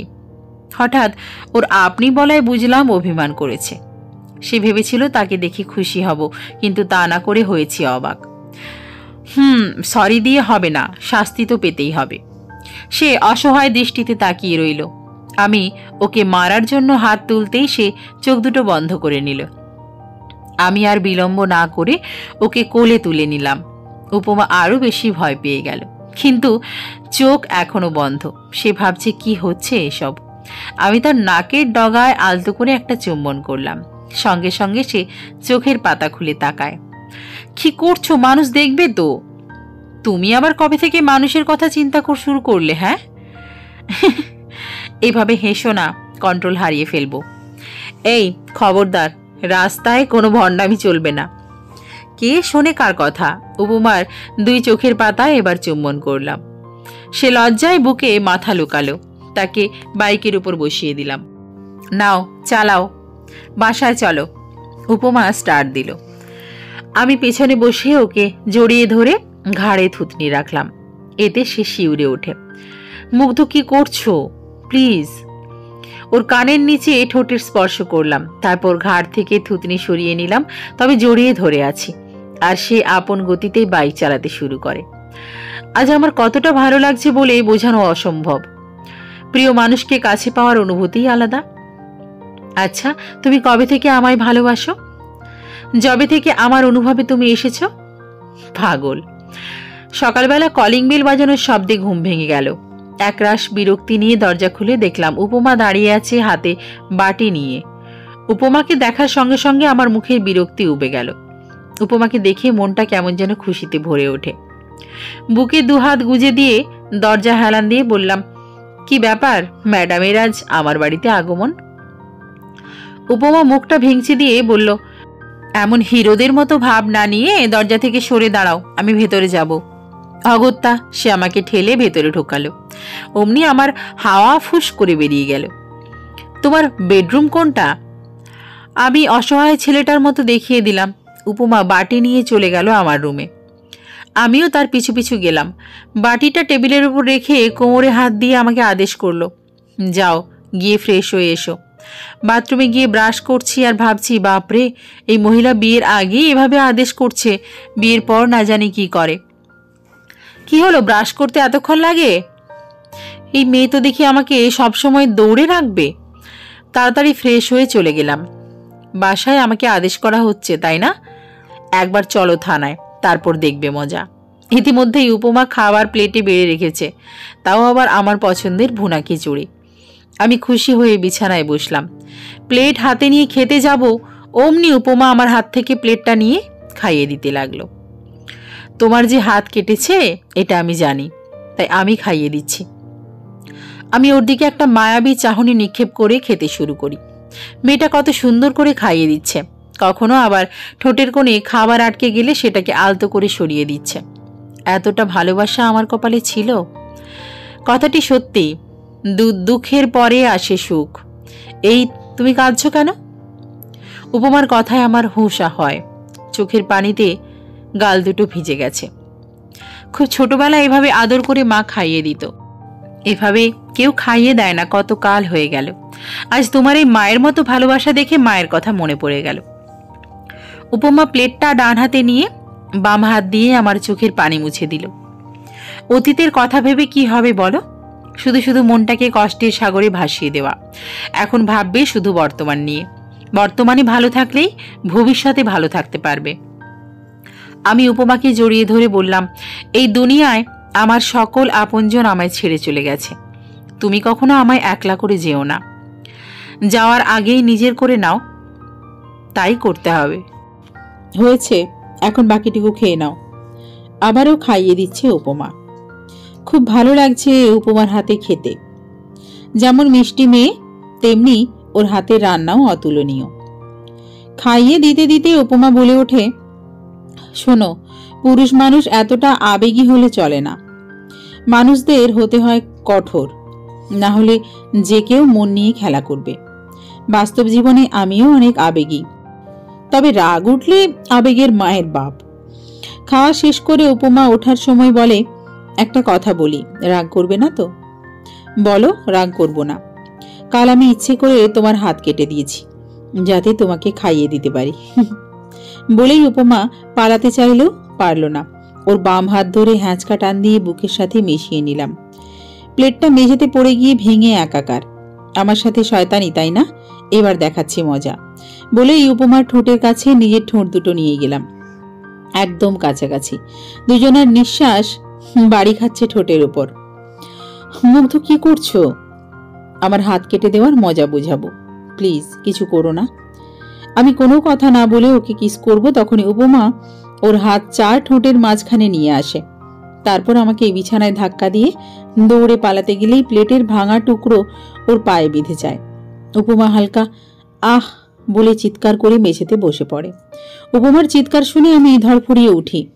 তাড়াতাড়ি উপমার কাছে গিয়ে কোলে তুলে নিয়ে বিছানায় বসিয়ে দিলাম। তারপর ফার্স্ট এড বক্স নিয়ে মেঝেতে হাঁটু গেড়ে বসি। কাচের অনেকটা অংশই ঢুকে গেছে পায়ে। এটা যদি এমনি এমনি বের করতে যাই তাহলে উপমা পুরো বাড়ি মাথায় করে তুলে ফেলবে চিৎকার করে। তাই প্রথমে কাঁচটাকে ভালো করে ধরলাম, তারপর এক হাত দিয়ে উপমার গলা জড়িয়ে ধরে ওর ঠোঁটে আমার ঠোঁট দুটো গভীরভাবে ডুবিয়ে দিলাম। উপমা শুধু ফ্যালফ্যাল করে তাকিয়েছিল, আর ব্যথায় চোখ দিয়ে পানি পড়ছিল। ওর ঠোঁটে ঠোঁট রেখেই হ্যাঁচকা টান দিয়ে বের করে ফেললাম কাঁচের টুকরো। ও বুঝতেই পারেনি কখন টানবো, কিন্তু কাঁচটি বের করার সময় ঝাঁকুনি দিয়েছে। এখন মেডিসিন দিয়ে পরিষ্কার করছি। উপমা ফুপিয়ে ফুপিয়ে কাঁদছে এখনো। ওকে সান্ত্বনা দিয়ে বলি, আরে বাচ্চাদের মতো কাঁদছো কেন? কিচ্ছু হয়নি, এক্ষুনি ঠিক হয়ে যাবে। কিন্তু ওর কান্না থামছেই না। পরিষ্কার করে ওর কাটা জায়গায় আলতো করে একটা চুম্বন করলাম, তারপর ব্যান্ডেজ করে দিলাম। এত ছটপট করো কেন সবসময়? ভালো লাগে তাই। উপমা আমার বুকে মাথা দিয়ে বুকে হাত বুলিয়ে দিতে শুরু করে। চলো না বিয়ে করি। আমরা দুজন রিলেশন শুরু করেছি, এটা থানায় জানাজানি হলে কেলেঙ্কারি হয়ে যাবে। তাই ভালো বিয়ে করে ফেলি। আর তুমি একটু বেশি রোমান্টিক হচ্ছ, খালি কিস করতে চাও। আমিও তাই ভাবছি, কিস করার জন্য হলেও একটা বউ চাই। উপমা আমার বুকে কিল ঘুষি মারে খানেক। দুদিন পরে থানার সবাইকে জানিয়ে দিলাম আমাদের বিয়ের সিদ্ধান্ত। সবাই মিষ্টি খেতে চাইল। সবার সামনে যখন আমার আর উপমার বিয়ের কথা বলছিলাম, তখন উপমা লজ্জায় সবার সামনেই আমার বুকে মুখ লুকিয়েছিল। কিন্তু সে ভুলেই গেছে সে আরো বেশি লজ্জায় পড়ার কাজ করলো। সামনে যে এসপি স্যার দাঁড়িয়ে আছে সেটাও ভুলে গেছে। মেয়েরা এতটা লজ্জাবতী হয়? এখানে যে আমরাও আছি সেদিকে কি খেয়াল আছে? এসপি স্যারের বাক্যটি শুনে উপমা আরো বেশি লজ্জা পেল। আমার আর বুঝতে বাকি রইল না আর কিছুক্ষণ থাকলে উপমা লজ্জার ঠেলায় জ্ঞান হারিয়ে ফেলবে। আমি উপমাকে নিয়ে চলে আসতে যাব, ঠিক তখনই এসিপি স্যার আমার কাছে এসে কাঁধে হাত রেখে বললেন, তোমাদের জন্য শুভকামনা রইল ইয়াং ম্যান। ধন্যবাদ স্যার, দোয়া করবেন আমাদের জন্য। আর শোনো, 6 মাস আগে উপমার মা বাবা দুজনেই মারা যায়। যদিও তোমাকে বলার কোনো কারণ নেই, তবুও বলছি, মেয়েটাকে কখনো কষ্ট দিও না। কিছুদিন আগে অনেক বড় একটা ধাক্কা সামলিয়েছে। এখন এই পৃথিবীতে ওর আপন বলতে শুধুই তুমি। জি স্যার, আপনি চিন্তা করবেন না, আমি উপমাকে সবসময় সুখে রাখার চেষ্টা করব। উত্তরস্বরূপ এসিপি স্যার এসে মুচকি হাসি দিয়ে স্থান ত্যাগ করল। আমি উপমাকে নিয়ে নিজের কেবিনে চলে আসলাম, চেয়ারে বসিয়ে দিলাম। তুমি খুশি তো? উপমা আমার কপালে আদর দিয়ে বলে, অনেক। জানো, প্রথম যেদিন তোমাকে দেখি সেই দিনই ক্রাশ নামক অখাদ্য জিনিসটা খেয়ে ফেলেছিলাম। ভাবছিলাম এত কিউট গোলুমোলু একটা ছেলে আত্মহত্যা করতে যাচ্ছে। ভাবছিলাম তোমার সাথে তখনই প্রেম শুরু করতে, কিন্তু পরে যখন শুনলাম তুমি ছ্যাঁকা খেয়ে বেকা হয়ে গেছো, তখন আর সাহস পাইনি বলার। কিন্তু ভাগ্য কতটা ভালো থাকলে আবার সেই হারিয়ে যাওয়া মানুষটাকে ফিরে পাওয়া যায়। অবশেষে রসগোল্লাটা আমার জামাই হয়েছে। বাপরে, প্রশংসার কি বাহার! একবার কিউট গোলুমোলু, আবার রসগোল্লাও। আজ আমার আর উপমার বিয়ে। কত সুন্দর করে সাজানো হয়েছে বিয়ে বাড়ি। চারিদিকে কত সুন্দরী রমণী ঘুরছে, কিন্তু কাউকেই দেখতে পারছি না। বউয়ের সোজা কথা, কোনো মেয়ের দিকে তাকালে বাসর ঘরে খাটের তলায় থাকতে হবে। সেই ভয়ে আর কোনো মেয়ের দিকে তাকাতে পারছি না। বিয়ে বাড়িতে উপমার পরিবারের সকলেই রয়েছে, শুধু নেই আমার কেউ। এই নিয়ে আত্মীয়রা কত কানাঘোষা করছে। কারো কথাতেই কান দিইনি, কারণ সমাজের লোকেদের কাজই হচ্ছে মানুষকে কিভাবে ছোট করা যায় সেই চিন্তা করা। আজ আমার পরিবারের কেউ নেই বলেই কথাগুলো শুনতে হচ্ছে। যদি এখানে আমার পরিবার থাকতো তাহলে হয়তো কথাগুলো শুনতে হতো না। এর দোষ আমি কাকে দেব? নিজেকে নাকি নিজের কপালকে? সমাজের কথা চিন্তা করা তো সেদিনই ছেড়ে দিয়েছি। সেদিনই বুঝেছিলাম সমাজ কখনো আমার আপন নয়। আপনি রাস্তায় পড়ে থাকুন, দেখবেন কেউ ওঠাতে আসবে না আপনাকে। আর একটু উপরে উঠুন, দেখবেন নিচে নামানোর লোকের অভাব হবে না। দুদিন অসুস্থ হয়ে বিছানায় পড়ে থাকুন, দেখবেন কেউ দেখতেও আসবে না। আর এলেও তাদেরকেই 1 কাপ চা তৈরি করে দিয়ে বলতে হয়, চাটা খেয়ে যান। সমাজকে আপনি খুব কাছে পাবেন তখনই যখন সুখ আপনার জীবনের প্রতিটি কোণায় ভাসবে। তাই এখন শুধু নিজেকে নিয়েই ভাবতে ভালোবাসি। অন্যকে নিয়ে ভাবতে গেলে নিজের প্রতি নিজের ভালোবাসা হারিয়ে যাবে। অবশেষে এই উপমাকে বউ সাজিয়ে নিয়ে আসা হচ্ছে, কিন্তু সে খুঁড়িয়ে খুঁড়িয়ে হাঁটছে। এখনো পায়ের কাটা জায়গা শুকোয়নি। আসতে এখনো অনেকটা পথ বাকি। আমি তাকে ইশারায় ওখানেই দাঁড়াতে বলি, সেও তাই করে। আমি আর বিলম্ব না করে উপমার কাছে গেলাম। সবাই শুধু তাকিয়ে আছে। আচমকা উপমাকে কোলে তুলে নিয়ে হাঁটতে শুরু করি। সবাই আহাম্মকের মতো তাকিয়ে রয়েছে। কেউ কেউ বলছে, দেখছিস ছেলেটার লজ্জা বলতে কিছু নেই, এতগুলো মুরব্বীদের সামনে কিভাবে বেহায়ার মতো বউকে কোলে তুলে নিল। সেদিকে কর্ণপাত করিনি। আমার কাছে আমার ভালোবাসার মানুষটার প্রাধান্য সবার আগে। আমি থাকতে আমার প্রিয় মানুষটি কষ্ট পাবে, তা কি করে হয়? আমি যদি তার কষ্টটাকে মোচন করতে পারি, তাহলে সে কেন কষ্টটাকে আলিঙ্গন করবে? কিছু কিছু সময় বড়দের কাছে বেয়াদব হতে হয়, না হলে বুঝবেন না সে আপনার জন্য তার মনে কি চিন্তা পোষণ করে রেখেছে। উপমাকে আমার পাশে বসিয়ে দিলাম। লাল রঙের লেহেঙ্গা, মুখে হালকা মেকআপের প্রলেপ, ঠোঁটে লাল লিপস্টিক, সব মিলিয়ে আমার কাছে সে চাঁদের পরী। আমার পাশে বসে একটা মিষ্টি হাসি উপহার দিল উপমা। আমিও মুচকি হাসি হেসে তাকিয়ে রইলাম উপমার মুখপানে। কি মিষ্টি লাগছে আমার বউটাকে। কিছুক্ষণ পর কাজী ও হুজুর এসে বিয়ে পড়িয়ে দিল। অবশেষে আলহামদুলিল্লাহ ও কবুল বলে ছোট পৃথিবীটাকে আপন করেই নিলাম। যখন উপমাকে বলা হয়েছে, বলো মা কবুল, তখন সে যে কি খুশি মনে কবুল বলেছে, সে দৃশ্যটি দেখলেই মনে শান্তির জোয়ার ভাসে। বোঝা গেছে আমার প্রতি তার ভালোবাসার টান কতটুকু। বাসর ঘরের সামনে দাঁড়িয়ে আছি, হাতে একটা বিরিয়ানির প্যাকেট। এই দিনে মেয়েরা খুব সম্ভবত খাওয়া ঠিক মতো খায় না। আপনার বিয়েটা যখন পারিবারিকভাবে হবে তখন মেয়েটা থাকে একেবারেই অচেনা। যদি শুরু থেকে মেয়েটির মন পেতে চান তাহলে বাসর ঘরে এক প্যাকেট বিরিয়ানি নিয়ে যান, বউকে সুন্দর করে খাইয়ে দিন। দেখবেন আল্লাহর তরফ থেকে তার মনে আপনার জন্য একটা সুন্দর ভাবনা সৃষ্টি হবে। সে বুঝতে পারবে আমি ভরসা করার মতো একটা মানুষ পেয়েছি, যে মানুষটা শুরুতেই আমার কেয়ার করছে। অবশ্যই বাকি জীবনটাও তার সর্বোচ্চটা দিয়ে আগলে রাখবে। আপনার এই আচরণে মডার্ন মেয়েটাও নুয়ে যেতে পারে। আল্লাহর নাম দিয়ে দরজা খুলে ভেতরে প্রবেশ করি। আমাকে দেখে উপমা মিষ্টি কণ্ঠে সালাম দিল। আসসালামু আলাইকুম। মুচকি হেসে উত্তর দিলাম, ওয়ালাইকুম আসসালাম। প্যাকেটটা বিছানায় রেখে বউয়ের পাশে গিয়ে বসি। বউ ইয়া লম্বা ঘোমটা টেনে বসে আছে। ঘোমটা তুলে উপমার কপালে ওই দুই চোখের পাতায় আদর দিলাম। ওর চোখে মুখে হাসির ঝলকানি। ও হাসলে যেন হেসে দেয় পৃথিবী। হাত ধুয়ে এসে প্যাকেটটা খুলে খাবার হাতে নিয়ে বললাম, সারাদিন তো বোধহয় কিছুই খাওনি, নাও হাঁ করো। এসবের কি দরকার ছিল? আমার তো খিদে পায়নি। তাহলে ফেলে দিয়ে আসি। আরে রাগ করছো কেন? আজ তোমাকে একেবারে নিজের করে পাবো। এই খুশিতেই তো মন আর পেট দুটোই ভরে গেছে। আর তুমি এতটা ভালোবেসে নিয়ে এসেছো, আমি না খেয়ে পারি? এখন খাইয়ে দাও।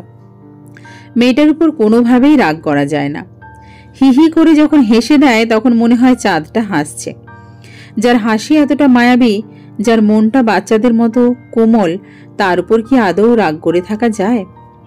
তার উপর তো একটা কঠিন মনের মানুষও নরম হতে বাধ্য। উপমাকে খাইয়ে দিলাম। সে অনেক তৃপ্তি নিয়ে খেলো। বুঝতে বাকি ছিল না সে সারাদিন এত মানুষের ভিড়ে কিছুই খায়নি। সেও আমাকে খাইয়ে দিয়েছে। চলুন একটু ছাদে গিয়ে ঘুরে আসি। আমি কোনো কথা না বলে উপমাকে কোলে তুলে নিয়ে ছাদে গেলাম। দোলনায় বসে উপমাকে কোলে বসিয়ে নিলাম। সে পরমানন্দে আমার বুকে মুখ গুঁজল। আমি উপমার মাথায় হাত বুলিয়ে দিচ্ছি। দেখো আজকের চাঁদটা কত সুন্দর করে তার কিরণ ছড়াচ্ছে। উপমার কথায় চোখের দৃষ্টি আকাশের দিকে নিক্ষেপ করলাম। সত্যি আজ চাঁদটা একটা গোল থালার আকৃতি ধারণ করেছে, যার কারণে আলোটা একটু বেশিই ঠিকরে পড়েছে। জানো চাঁদটা আজ এত বেশি আলো দিচ্ছে কেন? উপমা থুতনিটা আমার বুকে ঘষে বলে, কেন? কারণ তার জ্বালা হচ্ছে তাই। চাঁদটা আমায় অনেক ভালোবাসে, কিন্তু আমি তাকে প্রত্যাখ্যান করে আরেকটা চাঁদকে বিয়ে করেছি। তাই সে কষ্ট সইতে না পেরে জ্বলে পুড়ে খাক হয়ে যাচ্ছে। ইস, তুমিও না বাড়িয়ে বলো সব সময়। লজ্জা পেয়েছে আমার বউরানীটা। বাড়িয়ে বলবো কেন? চাঁদ আমার চারিদিকটা আলোকিত করলেও আমার জীবনটা তো আলোকিত করতে পারেনি। কিন্তু উপমা হাসান রুহি নামক মিষ্টি মেয়েটা আমার জীবনকে আলোকিত করেছে। তাহলে তুমিই বলো আমার কাছে কে বেশি দামি হবে? এই চলো না একটু হেঁটে আসি এই নিশিরাতের পিচ ঢালা রাস্তায়। হাঁটতে গেলে পায়ে ব্যথা হবে, তাই যখন সুস্থ হবে তখন তোমায় নিয়ে হাঁটবো। না না, আমার ব্যথা হবে না, তোমার কাঁধে হাত রেখে হাঁটবো। আর তুমি তো আমাকে ধরেই রাখবে। আমি আজকেই হাঁটবো, প্লিজ প্লিজ। উপমার এই ইনোসেন্ট মুখটা দেখে একেবারেই ঘায়েল হয়ে গেলাম। আচ্ছা চলো। খুশিতে উপমা আমার গালে আদর দিয়ে বসে। খুব ভালো লাগে প্রিয় মানুষের এই মিষ্টি আবদার ও পাগলামিগুলো। মেয়েদের বলছি, বিয়ের পরে স্বামীর ভালোবাসা যদি বেশি পেতে চান তাহলে একটু ন্যাকা হবেন। হালকা ন্যাকা সুরে তার কাছে আবদার করবেন, পাগলামি করবেন। দেখবেন সেও আপনার আবদারগুলোকে আপন করে নেবে। তবে এতটাও বেশি ন্যাকামি করবেন না যাতে সে বিরক্ত হয়ে কানের 2 ইঞ্চি নিচে বুলডোজার চালিয়ে দেয়। রাত বাজে 2। ল্যাম্পপোস্টের ঘোলাটে আলোয় কচ্ছপের মতো হাঁটছি আমরা। উপমা আমার কাঁধে হাত রেখে হাঁটছে, আর আমি ওর পিঠে হাত দিয়ে, ওর বাম হাত দিয়ে ধরে হাঁটিয়ে নিয়ে যাচ্ছি। প্রিয় মানুষটা যখন হাতে হাত রেখে হাঁটে তখন সেই অনুভূতি প্রকাশ করা যায় না। এই আইসক্রিম খাবে? এত রাতে আইসক্রিম কোথায় পাবে? সামনেই একটা দোকান খোলা রয়েছে, তুমি এখানে একটু দাঁড়াও, আমি তাড়াতাড়ি নিয়ে আসছি। উপমাকে মাঝ রাস্তায় রেখে আইসক্রিম কিনতে গেলাম। এত রাতে কোনো গাড়ি আসবে না, তাই আর কোনো চিন্তা নেই। উপমাও আস্তে আস্তে এগিয়ে আসছে। আইসক্রিম নিয়ে পেছন ফিরে চোখ বড় বড় হয়ে গেল। একটা গাড়ি ফুল স্পিডে ধেয়ে আসছে উপমার দিকে। উপমাও আপ্রাণ চেষ্টা করছে সরে যেতে। হঠাৎ বুকের ভেতরটা ধুক করে ওঠে। আইসক্রিম দুটো ফেলে দিয়ে সর্বোচ্চ শক্তি নিয়ে দৌড় দিলাম। উপমা আমার দিকে এগিয়ে আসছে আর আমি তার দিকে। উপমা আমার বুকে মাথা রেখে অঝোর ধারায় চোখের পানি ফেলছে। বড্ড বেশি ভয় পেয়েছিল মেয়েটা। আর এক মুহূর্ত দেরি করলেই আজ উপমার বড় কোনো ক্ষতি হয়ে যেত। গাড়িটা যখন উপমার খুব কাছাকাছি চলে এসেছিল ঠিক তখনই আমি উপমাকে রাস্তা থেকে সরিয়ে নিই। কাঁদতে কাঁদতে একসময় উপমা হেঁচকি টানতে শুরু করলো। আমি এতক্ষণ গাড়ির নাম্বার নোট করায় ব্যস্ত ছিলাম। উপমার চোখের পানি মুছে দিয়ে বুকে শক্ত করে জড়িয়ে ধরলাম। আরে পাগলি, এভাবে বাচ্চাদের মতো কাঁদছো কেন? দেখো, কিছুই হয়নি। আমি থাকতে তোমার কি কোনো ক্ষতি হতে পারে? কিচ্ছু হতে দেব না আমার বউ রানীটার। উপমা আমার গালে হাত বুলিয়ে বলল, জানো মুগ্ধ, আমি এক মুহূর্তের জন্য ভেবেছিলাম তোমার জীবনটাকে আবারও আধারে ফেলে দিয়ে চলে যাচ্ছি। মেয়েটার কথা শুনে অবাক না হয়ে পারি না। নিজের বিপদের সময় সে চিন্তা করছে আমার কথা, অথচ নিজের চিন্তা মাথাতেই নেই। আমাকে রেখে কোথাও যেতে দিলে তো তুমি যাবে। কোথাও যেতে দিচ্ছি না বৌরানী, তুমি আমার জীবনের শেষ নিঃশ্বাস অবধি থেকে যাবে আমার পাশে। এখন প্লিজ কান্না থামাও। দেখো, আমাদের কারোর কিছু হয়নি। অযথা চোখের পানিগুলো নষ্ট করছো তুমি। অন্য কোনো সময় যখন তোমাকে পেটাবো তখন চোখের পানিগুলো ফেলো, এখন চোখের পানিগুলো জমিয়ে রাখো। উপমা আমার বুকে হালকা আঘাত করে বলে, আমাকে মারবে? এত বড় সাহস! তোমাকে টানতে টানতে হাজতে ভরে দেব। তুমি জানো আমি কে? এই অপরাধের জন্য তোমাকে আমি কত বড় শাস্তি দিতে পারি? তুমি কে? আমি হচ্ছি এই শহরের সাব ইন্সপেক্টর। তার থেকে বড় পরিচয় হচ্ছে আমি ওসি সাহেবের বউ। আমি 2 হাত দূরে সরে গেলাম। আকুতির সুরে বললাম, ভুল হয়ে গেছে ম্যাডাম, আর এমন হবে না। আপনি আমায় ক্ষমা করে দিন, আর কখনো এই সাহস দেখাবো না। উপমা আমার অভিনয় দেখে ফিক করে হেসে দেয়। খিলখিল করে হাসছে আমার বউরানীটা। কি যে ভালো লাগছে তার হাসিটা দেখে। বাসায় ফিরে দুজনে ফ্রেশ হয়ে বিছানায় বসলাম। পকেট থেকে ফোনটা বের করে কনস্টেবলকে কল করি। আসসালামু আলাইকুম স্যার। স্যার, এই সময় কল দিলেন? ওয়ালাইকুম সালাম। তোমার একটা কাজ আছে, তোমাকে একটা গাড়ির নাম্বার দিচ্ছি, খোঁজ করে দেখো কার গাড়ি, আর দেখা পেলেই থানায় নিয়ে আসবে। ওকে, নাম্বারটা দিলাম। ঠিক আছে স্যার, আমি দেখছি। ফোনটা পাশে রেখে উপমার হাতটা আমার হাতের মুঠোয় নিয়ে ওর দিকে তাকালাম। মেয়েটির মুখে এখনো ভয়ের ছাপ স্পষ্ট দেখা যাচ্ছে। ওর মুখে হাত বুলিয়ে বলি, এখনো ভয় পাচ্ছ? এতটা ভয় পেলে চলবে? তুমি তো একজন সাহসী পুলিশ অফিসার, তোমাকে এভাবে ভয় পাওয়া মানায় না। উপমা আবারও 2 ফোঁটা পানি ফেলল। ভয় কি আর নিজের জন্য হচ্ছে? ভয় হয় তোমায় নিয়ে। একবার তো সামলে নিয়েছ, তখন তো আমি সাহায্য করেছিলাম, কিন্তু এবার যদি আমি হারিয়ে যাই তাহলে তোমার কি হবে? উপমার চোখের পানি মুছে দিলাম। তুমি শুধু শুধু এসব ফালতু চিন্তা করছো। তোমার কি হবে? হ্যাঁ, কিচ্ছু হবে না তোমার। আমার মনে হয় এটা একটা ইচ্ছাকৃত ষড়যন্ত্র। কিভাবে বুঝলে? আমি প্রথমে ভেবেছিলাম গাড়িটা ব্রেক ফেল করেছে, কিন্তু পরে যখন দেখলাম গাড়িটা সম্পূর্ণ নিয়ন্ত্রণে রয়েছে, তখন আর বুঝতে বাকি রইল না এটা তোমাকে মারার একটা পরিকল্পনা। আমি কার কি ক্ষতি করেছি যে আমায় মারবে? পুলিশে জয়েন করার পরে তো কোনো অপরাধীকেও ধরিনি, তাহলে আমাকে মারার মতো কে থাকবে? আমি যেটা আন্দাজ করছি যদি সেটা হয় তাহলে একদম শেষ করে ফেলবো তাকে। কাকে শেষ করবে তুমি? বাদ দাও, এখন ঘুমাবে চলো, উপমা আহ্লাদি কণ্ঠে বলল। আজকে রাতে কেউ ঘুমায়? আমাকে আদর করবে না? উপমার কপাল থেকে কয়েকটা চুল সরিয়ে দিয়ে বললাম, আজ তোমার উপর অনেক ধকল গেছে, এখন একটু বিশ্রাম করো, আদর তো সারা জীবনই করতে পারবো। উপমা ভেঙচি কেটে বলল, বিয়ের আগে কত চাপাবাজি, আমাকে দেখলে রোমাঞ্চ করতে ইচ্ছে করে, এটা করতে ইচ্ছে করে, ওটা করতে ইচ্ছে করে, এখন নেতিয়ে পড়েছে। বাপরে, মেয়ে তো দেখি সাংঘাতিক, আমার পুরুষত্বের দিকে আঙুল তুলছে, এটা তো মেনে নেওয়া যায় না। মুহূর্তের মধ্যে উপমাকে বিছানায় চেপে ধরে ঠোঁটে মুখে ইচ্ছে মতো আদর করতে লাগলাম।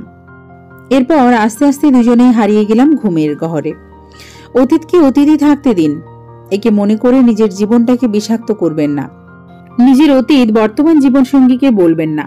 সে যদি আপনাকে বুঝতে না পারে তাহলে দেখবেন কোনো একদিন সে আপনার অতীত তুলে খোঁটা দিতে ভুলবে না। কি দরকার নিজের অতীতকে টেনে আনার? অতীতটা লুকিয়ে যদি জীবনটা সুখের হয় তাহলে ক্ষতি কি? সবাই তো আর উপমা নয় যে আপনাকে আপনার মতো করে বুঝবে। আর একটা কথা, সবসময় আফসোস করে এমন মেয়ে কখনো বিয়ে করবেন না। তাহলে জীবনে সুখী তো হতেই পারবেন না, উল্টে জীবনটা জাহান্নামে পরিণত হবে। আমাদের বিয়ে উপলক্ষে ছুটি দিয়েছে, তাই কয়েকদিন ডিউটিতে যাব না। বিয়ের 2 দিন পরে সকালে নাস্তা করছিলাম, তখনই কনস্টেবলের কল। স্যার, সবকিছু জানা গেছে। কে এসবের মূলে রয়েছে, আর সেই গাড়ির ড্রাইভার এখন হাজতে। ও টাকা নিয়ে মানুষ খুন করে।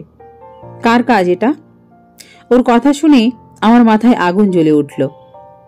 একটা মানুষ এতটা নিকৃষ্ট কিভাবে হতে পারে? আমিও থানায় গিয়ে নিশ্চিত হয়ে নিলাম। তারপর বাসায় এসে উপমার হাত ধরে নিয়ে এসে গাড়িতে বসিয়ে চালাতে শুরু করলাম। সে হাজারবার জিজ্ঞেস করছে আমরা কোথায় যাচ্ছি। কোনো কথার জবাব না দিয়ে চুপ রইলাম। উপমার বাবার বাসায় বসে আছি। আমার পাশে উপমা বসে আছে এবং সামনে শ্বশুর শাশুড়ি। শাশুড়ি বললে ভুল হবে, তিনি একজন অমানুষ। সবাই অধীর আগ্রহ নিয়ে বসে আছে আমি কিছু বলবো বলে। আমি শুধু চেষ্টা করছি নিজের রাগটাকে নিয়ন্ত্রণ রাখতে। একসময় উপমা বলেই ফেলল, কি হয়েছে মুগ্ধ, তুমি এভাবে আমাকে না বলে বাবার বাসায় নিয়ে এসেছো কেন? আর বাবা মাকে সামনে বসিয়ে রেখেছো, কিছুই বলছো না যে? এবার শ্বশুর মশাইও বলে ওঠে, জামাই বাবাজি, তোমাকে চিন্তিত মনে হচ্ছে, আর তোমার মুখ দেখে বোঝা যাচ্ছে তুমি রেগে আছো। কি হয়েছে বাবা, বলো আমাকে। আমার মেয়ে কি কোনো অপরাধ করেছে? আমি একবার উপমার দিকে তাকিয়ে দৃষ্টি সরিয়ে শ্বশুর মশাইয়ের দিকে তাকালাম। সুষ্ঠুভাবে বললাম, অপরাধ আপনার মেয়ে নয়, করেছে আপনার ঘরের বউ। আমার মুখে এ ধরনের কথা শুনে সবাই কিঞ্চিত অবাক হয়েছে বটে। শ্বশুরমশাই হয়তো ভাবতে শুরু করেছে ছেলেটার বিয়ে হতে না হতেই বেয়াদবি শুরু করেছে। উপমা আমার হাত টেনে বলল, এসব কি যাতা বলছো মুগ্ধ? উনি আমার মা হয় আর সম্পর্কে তোমার শাশুড়ি হয়, আর শাশুড়ির সঙ্গে এভাবে কেউ কথা বলে? উপমার দিকে তাকিয়ে একটা মুচকি হাসি উপহার দিলাম। মেয়েটা বড্ড অভিনয় করতে জানে। আর কত অভিনয় করবে ভালো থাকার, নিজেকে খুশি রাখার? আর কত মিথ্যে হাসি দেবে এই মুখ দিয়ে? এবার উপমার মুখটা মলিন হয়ে গেল। শ্বশুরমশাই আমার কথার আগাগোড়া কিছুই বুঝতে না পেরে জিজ্ঞেস করলো, তুমি কি বলছো? আমি তো কিছুই বুঝতে পারছি না বাবা। এবার শ্বশুরের দিকে এগিয়ে গেলাম। মেয়েকে জন্ম দিয়েই নিজের দায়িত্বটা গুটিয়ে নিয়েছেন। দিন শেষে যখন বাড়ি ফিরতেন তখন কি একবারের জন্য মেয়েটার ঘরে গিয়ে জিজ্ঞেস করেছেন, মা আজ তোর দিনটা কেমন কাটলো, ঠিকমতো খাবার খেয়েছিস তো? জিজ্ঞেস করেছিলেন কখনো? আমার সম্মানিত শ্বশুর মাথাটা নিচু করে নিলেন। আমি আবারও বলতে শুরু করি, উপমার জন্মের সময় নাকি ওর মা মারা যায়। আপনি উপমার দেখাশোনার জন্য দ্বিতীয় বিয়ে করেন। সকালে কাজে যান নিশ্চিন্ত হয়ে, এই ভেবে যে আপনার বউ উপমার দেখাশোনা করবে। দেখাশোনা করেছে ঠিকই, আর সেটা এমনভাবে দেখেছে যে মেয়েটা মানসিকভাবে পাগল হয়ে যায়। যতই বড় হতে থাকে তাকে ততই কষ্ট দেয়। যখন সে নিজের মানসিক শান্তির খোঁজে বাইরে যায় তখন শুনতে হয় সে নাকি বাইরে ফষ্টি নষ্টি করে বেড়ায়। এরপরেও আপনার মেয়ে তার বিরুদ্ধে আপনাকে কিছুই বলেনি। কেন জানেন? কারণ সে আপনাদের মতো নির্বোধ নয়। জন্ম দিলেই দায়িত্ব শেষ হয়ে যায় না, বাচ্চাদের ভালোবাসতে হয়, না হলে তারা বকে যায়। কিন্তু উপমা নিজেকে সঠিক রাস্তায় ঠিকই রেখেছে। আপনারও তো পিতামাতা নামের কলঙ্ক। আমার কথাগুলো শুনে শ্বশুরের চোখ দিয়ে দুফোঁটা পানি গড়িয়ে পড়ল, আর আগুন ঝরা দৃষ্টি নিয়ে তাকিয়ে আছে তার বউয়ের দিকে। মিসেস হাসান একটু চুপসে গেছে। শ্বশুর মশাই মিসেস হাসানের কাছে গেলেন। মুগ্ধ যে কথাগুলো বলেছে সেগুলো কি সত্যি? মিসেস হাসান চুপ করে রইলেন। কি হলো, চুপ করে আছো কেন? এখন চিৎকার করে লাভ নেই, এখনো তো আসল কথাই বলিনি। এবার সবাই আরও ভুরু কোঁচকে তাকালো আমার দিকে। উপমা আমায় প্রশ্ন করল, আসল কথা মানে?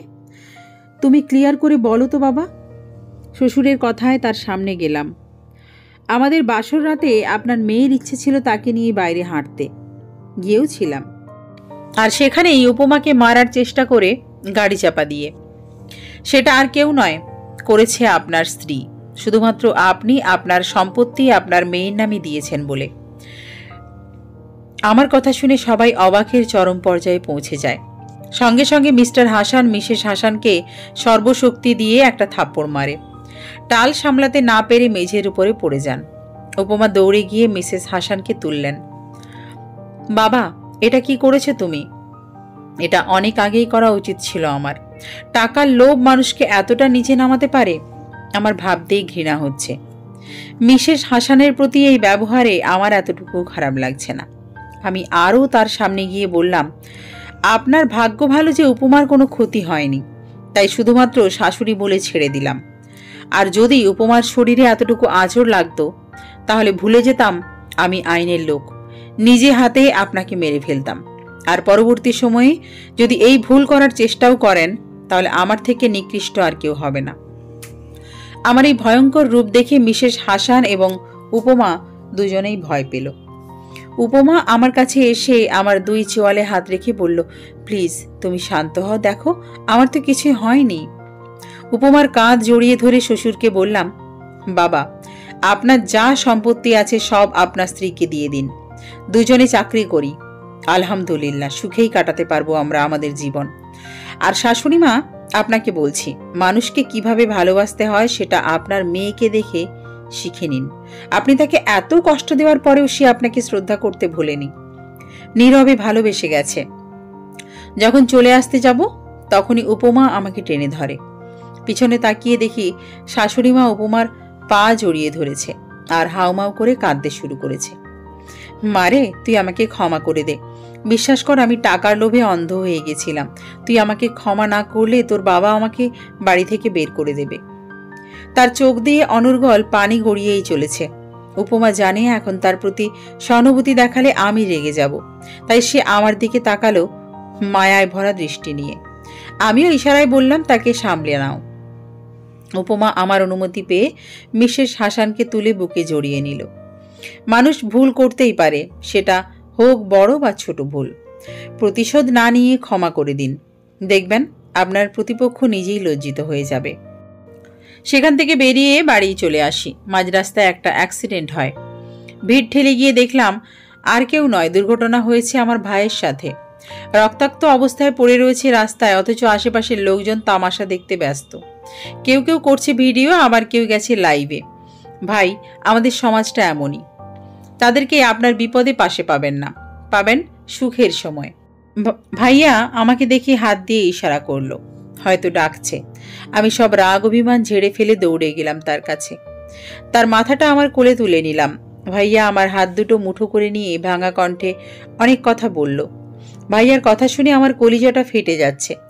পৃথিবীটা শুধু ঘুরছে।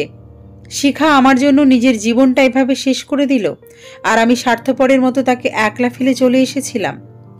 ভাইয়ার মৃতদেহটা আমার কোলে। তার মৃত্যুর আগে আমাকে কিছু কথা বলে গিয়েছে, যেগুলো শুনে আমার শরীরের প্রতিটি পশম দাঁড়িয়ে গেছে। তার কথাগুলো ছিল, ভাই, আমাকে তুই ক্ষমা করে দিস। তোর উপর অনেক অন্যায় করেছি আমি, জানি আল্লাহ আমাকে ক্ষমা করবে না। তুই দয়া করে আমাকে ক্ষমা করে দিস। আমি তোকে মায়ের ভালোবাসা থেকে বঞ্চিত করেছি, তোর জীবনটাও শেষ করে দিয়েছি আমি। এই অপরাধের ক্ষমা হবে কিনা জানি না। শিখা তোর সাথে কখনো অভিনয় করেনি, আমি তাকে অভিনয় করতে বাধ্য করেছি। মেয়েটা তোকে সত্যিই ভালোবাসে রে ভাই। আজ আমার কারণে তোদের এই বিচ্ছেদ। তুই দয়া করে শিখার সাথে দেখা কর, ওর অবস্থা খুবই খারাপ। শিখা তোকে ঠকায়নি, সে তোর সুখের জন্য, তোর ভালোর জন্য নিজের জীবনটা নরকে পরিণত করেছে। ভাইয়ের কথা বলতে খুব কষ্ট হচ্ছে, তবুও সে কথা বলেই যাচ্ছে।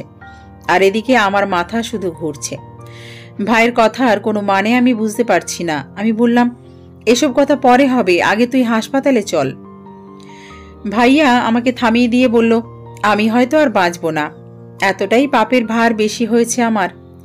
বলতে না বলতেই শেষ নিঃশ্বাস ত্যাগ করলো আমার কোলে। সত্যি বলতে ওর মৃত্যুতে খুব একটা কষ্ট হলো না আমার। সব সমস্যা মিটিয়ে উপমাকে নিয়ে বাড়িতে নিয়ে গেলাম ভাইয়ার লাশ। আবার সেই অবহেলিত হওয়া বাড়িতে ফিরবো ভাবিনি কখনো। সময় কত কিছুই না করতে বাধ্য করে। বাড়ির ভেতরে ঢুকে তাকিয়ে রইলাম চারিদিকে, কোথাও কেউ নেই। বাড়িটা কেমন মৃত হয়ে গেছে। মা, কোথায় তুমি? আমি ডাকার কিছু মুহূর্ত পরেই ঘর থেকে বেরিয়ে এলো মা। আমাকে দেখে দৌড়ে এসে জড়িয়ে ধরে অজস্র চুমুতে ভরিয়ে দেয় আমার মুখ। বাবা, এতদিন পর আমাদের কথা মনে পড়লো তোর? তুই কিভাবে মাকে ছাড়া থাকতে পারলি? বলি হু হু করে কেঁদে ওঠে। মা, কান্না থামাও, একটা খারাপ সংবাদ আছে। মা এবার হেঁচকি তুলে বলল, তুই কি আবার আমাকে ছেড়ে চলে যাবি? তেমন কিছু না, বাইরে তোমার বড় ছেলের লাশ রয়েছে, দুর্ঘটনায় মৃত্যু হয়েছে। ভাইয়ার মৃত্যুর খবর শুনে মায়ের তেমন কোনো হেলদোল পেলাম না। আশ্চর্য, নিজের ছেলের মৃত্যুতে মায়ের এতটুকু কষ্ট নেই।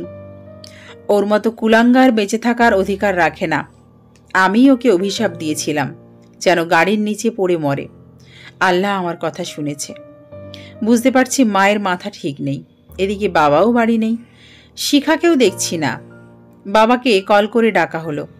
আস্তে আস্তে পাড়া প্রতিবেশী, আত্মীয় স্বজন সবাই চলে এলো। দাফনের কাজ শেষ করে আবার বাড়িতে ফিরলাম। মা মুখে শাড়ির আঁচল গুজে কাঁদছে। হাজার হোক, মাই তো। সন্তান যতই অপরাধ করুক, মায়ের কাছে সে ক্ষমা পাবেই। বাবা সবসময় কেমন অপরাধীর মতো আমার দিকে তাকিয়ে আছে। মায়ের অবস্থা তেমন একটা ভালো নয়। উপমাকে নিয়ে মায়ের পাশে বসলাম। উপমাকে দেখিয়ে বললাম, মা, তোমার বৌমা। উপমা মাকে সালাম দিল। মাও চোখের পানি মুছিয়ে উপমার থুতনিতে হাত রেখে বলল, অনেক মিষ্টি আমার বৌমা। কবে বিয়ে করলি তোরা? অল্প কিছুদিন আগে। তা মা, শিখাকে দেখছি না যে? শিখার কথা বলতেই মায়ের মুখটা একটু বেশি মলিন হয়ে গেল বোধহয়। শিখা আর তোর ভাইয়ার ডিভোর্স হয়েছে। মায়ের কথা শুনে মনটা ধুক করে উঠল। ডিভোর্স? কিন্তু কেন? মা এবার কেঁদেই ফেলল। হঠাৎ বাবা বলে ওঠে, তোর মা বলার অবস্থায় নেই, আমি বলছি। তুই যখন বাড়ি ছেড়ে চলে যাস তারপর থেকেই শিখার উপর অত্যাচার করত। শিখা তোকে ঠকায়নি বাবা। আবির তোকে মেরে ফেলার হুমকি দিয়ে শিখাকে ভয় দেখিয়ে বিয়ে করেছে। এগুলো আমরা জানতে পারি কিছুদিন আগে।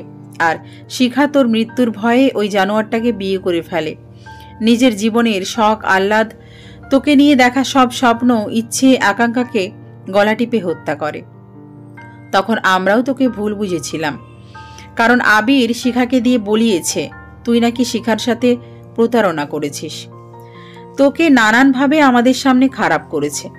তারপর তুই যখন চলে গেলি তখন শিখার প্রতি শুরু হলো আবিরের অত্যাচার। জোর করে আমার থেকে সব সম্পত্তি লিখে নেয়। তারপর প্রতি রাতে নেশা করে বাড়িতে এসে শিখাকে মারত। আমরা কিছু বলতে গেলে আমাদেরকে বলেই হু হু করে কেঁদে ওঠে বাবা। চোখের পানি যেন বাদ মানছে না। আমি যতই বাবার কথা শুনছি ততই বুকটা চিনচিন করে উঠছে। তোমাদেরকেও কি নেশা করে শিখাকেই মারত? আমরা বাধা দিলে আমাদেরকেও মারত সে। বাবার এই কথাটি শুনে রাগে চোখ দুটো বন্ধ হয়ে গেল। ইচ্ছে করছে জানোয়ারটাকে কবর থেকে তুলে আবার মেরে ফেলি। বাবা আবার বলতে শুরু করলো, নেশা তো করতোই, সাথে বাড়িতে মেয়েও নিয়ে আসতো আর শিখাকে ঘরের বাইরে বের করে দিত। শিখা আবিরের হাজারো লাথি খেয়ে পড়ে থাকতো। একটা সময় আমরা সবাই মিলে ওদের ডিভোর্স করিয়ে দিই। মেয়েটা প্রায় মরতে বসেছিল। প্রতি রাতে তোর ছবি জড়িয়ে ধরে অঝোর ধারায় কান্না করত। মেয়েটা আজও তোর ছবি দেখে চোখের পানি ফেলে। মেয়েটা শুধু কষ্টই পেয়ে গেল রে বাবা। শুধু তোর জীবনের কথা ভেবে মেয়েটা নিজের জীবনটাই জাহান্নাম করে দিল। ওদের ডিভোর্স করিয়ে দেওয়ার পরেই ভেবেছিলাম ওর অন্য কোথাও বিয়ে দেব আমরা, কিন্তু তার আগেই ঘটে গেল আরও একটা দুর্ঘটনা। শিখার মুখে শুনেছি কয়েকদিন আগে নাকি রাস্তায় তোর মতো কাউকে দেখে, আর তাই তোর কাছে ছুটে যাবার জন্য রাস্তা পার হচ্ছিল এপাশ ওপাশ না দেখেই। হুট করে রাস্তায় চলে যাওয়া প্রাইভেট কারের সাথে ধাক্কা খায়। পা দুটো একটুর জন্য বেঁচে গেছে। বাবার কথা শুনে আমার মাথায় বাজ পড়ার মতো অবস্থা। হঠাৎ খেয়াল করলাম গাল দুটো ভিজে গেছে। আজ চোখ দুটোকেও বেইমানি করছি নিজের সাথে। যাকে ভুল বুঝে দূরে চলে গেলাম সেই কিনা আমার জন্য এত কিছু। উপমার দিকে তাকিয়ে দেখি উপমাও নীরবে চোখের পানি ফেলছে। একটা মানুষ কতটা ভালোবাসলে তার ভালোবাসার মানুষের জন্য নিজের জীবনটা এভাবে বিষিয়ে তুলতে পারে। আমি আর সেখানে না থেকে নিজের সেই অযত্নে রেখে যাওয়া ঘরে গেলাম। ঘরটা এখনো ঠিক আগের মতোই রয়েছে। দেওয়ালের চারিদিকে আমার আর শিখার ছবি টাঙানো। শিখার সাথে কাটানো সব মুহূর্তগুলো এই 4 দেওয়ালে টাঙানো রয়েছে। ভেবেছিলাম ছবিগুলো হয়তো থাকবে না। এখন আর বুঝতে বাকি নেই যেদিন এই বাড়ি ছেড়ে চলে গিয়েছিলাম সেদিন কেন শিখা চোখের পানি ফেলেছিল নিঃশব্দে। হয়তো সে চেয়েছিল আমি তাকে যেন একা করে চলে না যাই। আমি হয়তো তাকে ভালোবাসতেই পারিনি, তা না হলে তার চোখের ভাষা বুঝতে পারিনি কিভাবে আমি এতটাই স্বার্থপর হয়েছিলাম সেদিন। একটু পর উপমা আমার পাশে এসে বসে। সেও অবাক হয়ে তাকিয়ে রয়েছে দেওয়ালের দিকে। আমার কাঁধে হাত রেখে বলে, এভাবে ভেঙে পড়ছো কেন? সময় এবং পরিস্থিতি যতই খারাপ হোক না কেন নিজের অবস্থানটাকে ঠিক রেখে পরিস্থিতির মোকাবিলা করতে হবে। উপমার দিকে করুণ দৃষ্টিতে তাকিয়ে বললাম, কি ভেবেছিলাম আর কি হয়ে গেছে। আমি শিখাকে আদৌ বুঝতেই পারিনি। প্রত্যেকের জীবনের একটা গল্প আছে। অতীতে ফিরে গিয়ে গল্পের শুরুটা কখনো পরিবর্তন করা সম্ভব নয়, কিন্তু কঠোর পরিশ্রমের মাধ্যমে গল্পের শেষটা চাইলেই নতুন করে সাজিয়ে তুলতে পারো। উপমার এরূপ কথার কোনো মানে বুঝলাম না। আমি আহাম্মকের মতো প্রশ্ন করলাম, কি বলছো আর না বলছো মাথা ঠিক আছে তোমার? ভেবে কথা বলছো তো? আমি কোনো কথা ভেবে বলি না। কোনো কিছু যদি সত্যিই তোমার কাছে গুরুত্বপূর্ণ হয় তবে তুমি তা করবে। কোনো বাধাই তোমাকে থামাতে পারবে না। কিছু কিছু সময় আসে যখন আমরা বিশ্বাস ও অবিশ্বাসের সীমারেখায় অবস্থান করি। তখন আমরা একই সঙ্গে দেখতে পাই ও পাই না, বুঝতে পারি ও পারি না, অনুভব করতে পারি ও পারি না। সে বড় রহস্যময় সময়। নিজের ভুলের জন্য সেটা হয়, সেটাকে সংশোধন করে নিতে হয়। চলো আমরা শিখা আপুর কাছে যাই। আমি উপমাকে যত দেখি ততই অবাক হয়ে যাই। মেয়েটা এমন কেন?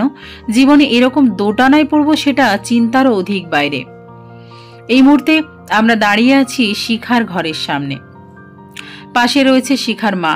ভিতরে যাওয়ার জন্য মনটা ছটপট করলেও পা দুটো এগোতে চাইছে না। কোন মুখে তার সামনে দাঁড়াবো আমি? স্বার্থপরের মতো তাকে একলা ফেলে পালিয়ে গিয়েছিলাম। এখন বউ সহ এসেছি তার সাথে দেখা করতে। অবশেষে উপমা আমাকে ধরে নিয়ে গেল ঘরের ভেতরে। এত বছর পর শিখাকে দেখে মনটা কেমন উত্তেজিত হয়ে ওঠে। শিখা সিলিং ফ্যানের দিকে এক পলকে তাকিয়ে রয়েছে আর চোখ দিয়ে অনবরত পানি পড়ছে নিঃশব্দে। আমরা ঘরে প্রবেশ করছি, এখনো টের পায়নি সে। শিখার দুটো পায়েই ব্যান্ডেজ পেঁচিয়ে রেখেছে। শিখার মা শিখার পাশে গিয়ে তার মাথায় হাত বুলিয়ে বলল, দেখ মা শিখা, তোর সাথে কারা দেখা করতে এসেছে। এবার শিখা চোখের পলক ফেলে ঘাড় ঘুরিয়ে আমার দিকে তাকালো। আমাকে দেখতেই শিখা ফোঁপাতে শুরু করে, কিন্তু চোখে পানি নেই। একটু পর চোখ দিয়ে আবার পানি পড়তে শুরু করে। শুনেছি কথাও বলতে পারে না ঠিক মতো। শিখা তার একটা হাত আমার দিকে বাড়িয়ে ইশারায় ডাকে। শিখার চোখের পানিগুলো আমার একদম ভেঙে দিচ্ছিল। এই কোন দোটানায় পড়লাম আমি? নিয়তি কেন এত নিষ্ঠুর? শিখা তখনই যদি বলতো সবকিছু, তাহলে হয়তো কিছু ঠিক করতে পারতাম না। তবে তাকে নিয়ে চুপিসারে পালাতে তো পারতাম, দুজনের জীবন বাঁচত। আজ ওর বোকামির কারণে মানুষ বিপদে পড়লে আপনা আপনি নির্বোধের মতো কাজ করে বসে। আফসোস করেই বা কি হবে? এখন আফসোস করলে খামোখা ভবিষ্যৎটাকে অন্ধকারে ঠেলে দেওয়ার মতো বোকামি করা হবে। কারো জীবনকে একেবারে বিষিয়ে দিতে আফসোস শব্দটাই যথেষ্ট। আফসোস যারা করে তারা কখনো জীবনের স্বাদ পায় না। আমি শিখার এমন নীরব আর্তনাদ দেখে উপমার দিকে তাকালাম। উপমা মিষ্টি একটা হাসি দিয়ে বলল, যাও, যাকে কাঁদিয়েছ তার চোখের পানি মুছে দাও। আমিও আস্তে আস্তে এগিয়ে গেলাম। শিখার পাশে বসে তার চোখের পানি মুছে দিলাম। আজ কতদিন পর শিখাকে স্পর্শ করলাম। শিখা আমার গালে হাত বুলিয়ে ভাঙা কণ্ঠে বলল, কেমন আছো গুড্ডু? আজও তার মুখে তার দেওয়া নামটা শুনতে পাবো ভাবিনি। আমি ভালো আছি, তুমি কেমন আছো? শিখা উপমার মতোই মিষ্টি হাসি দিয়ে বলল, ভালো। আশ্চর্য হতে বাধ্য হই আমি। শিখার কথায় এতটুকু অভিমানের ছাপ নেই। অথচ আমিই তাকে ফেলে গিয়েছিলাম। সত্যিকারের ভালোবাসা বুঝি এমনই হয়, পাই বা না পাই সে সুখী হোক। এবার উপমা এসে শিখাকে ধরে বসিয়ে দিল। শিখা কৌতূহলী দৃষ্টিতে উপমাকে দেখছে, জিজ্ঞেস করেই বসল, তুমি কে? আমি উপমার দিকে তাকালাম, আর উপমাও। ও উপমা, আমার বউ। শিখা মুখে হাসির রেখা রেখেই বলল, বাহ, কি মিষ্টি একটা মেয়েকে বিয়ে করেছ। কথাটি বলেই উপমার মাথায় এবং মুখে হাত বুলিয়ে দিল। শিখা আবারও বলে ওঠে, শোনো বোন, মুগ্ধর মতো সুন্দর মনের মানুষ খুব কম পাবে। ও যাকে ভালোবাসে তাকে একেবারে মনের গভীর থেকে ভালোবাসে। আমার মতো ওকে কষ্ট দিও না। এতক্ষণ শিখার কথায় অভিমানকে খুঁজে আমার বিয়ের কথা শুনে সে একটু হলেও অভিমান করেছে।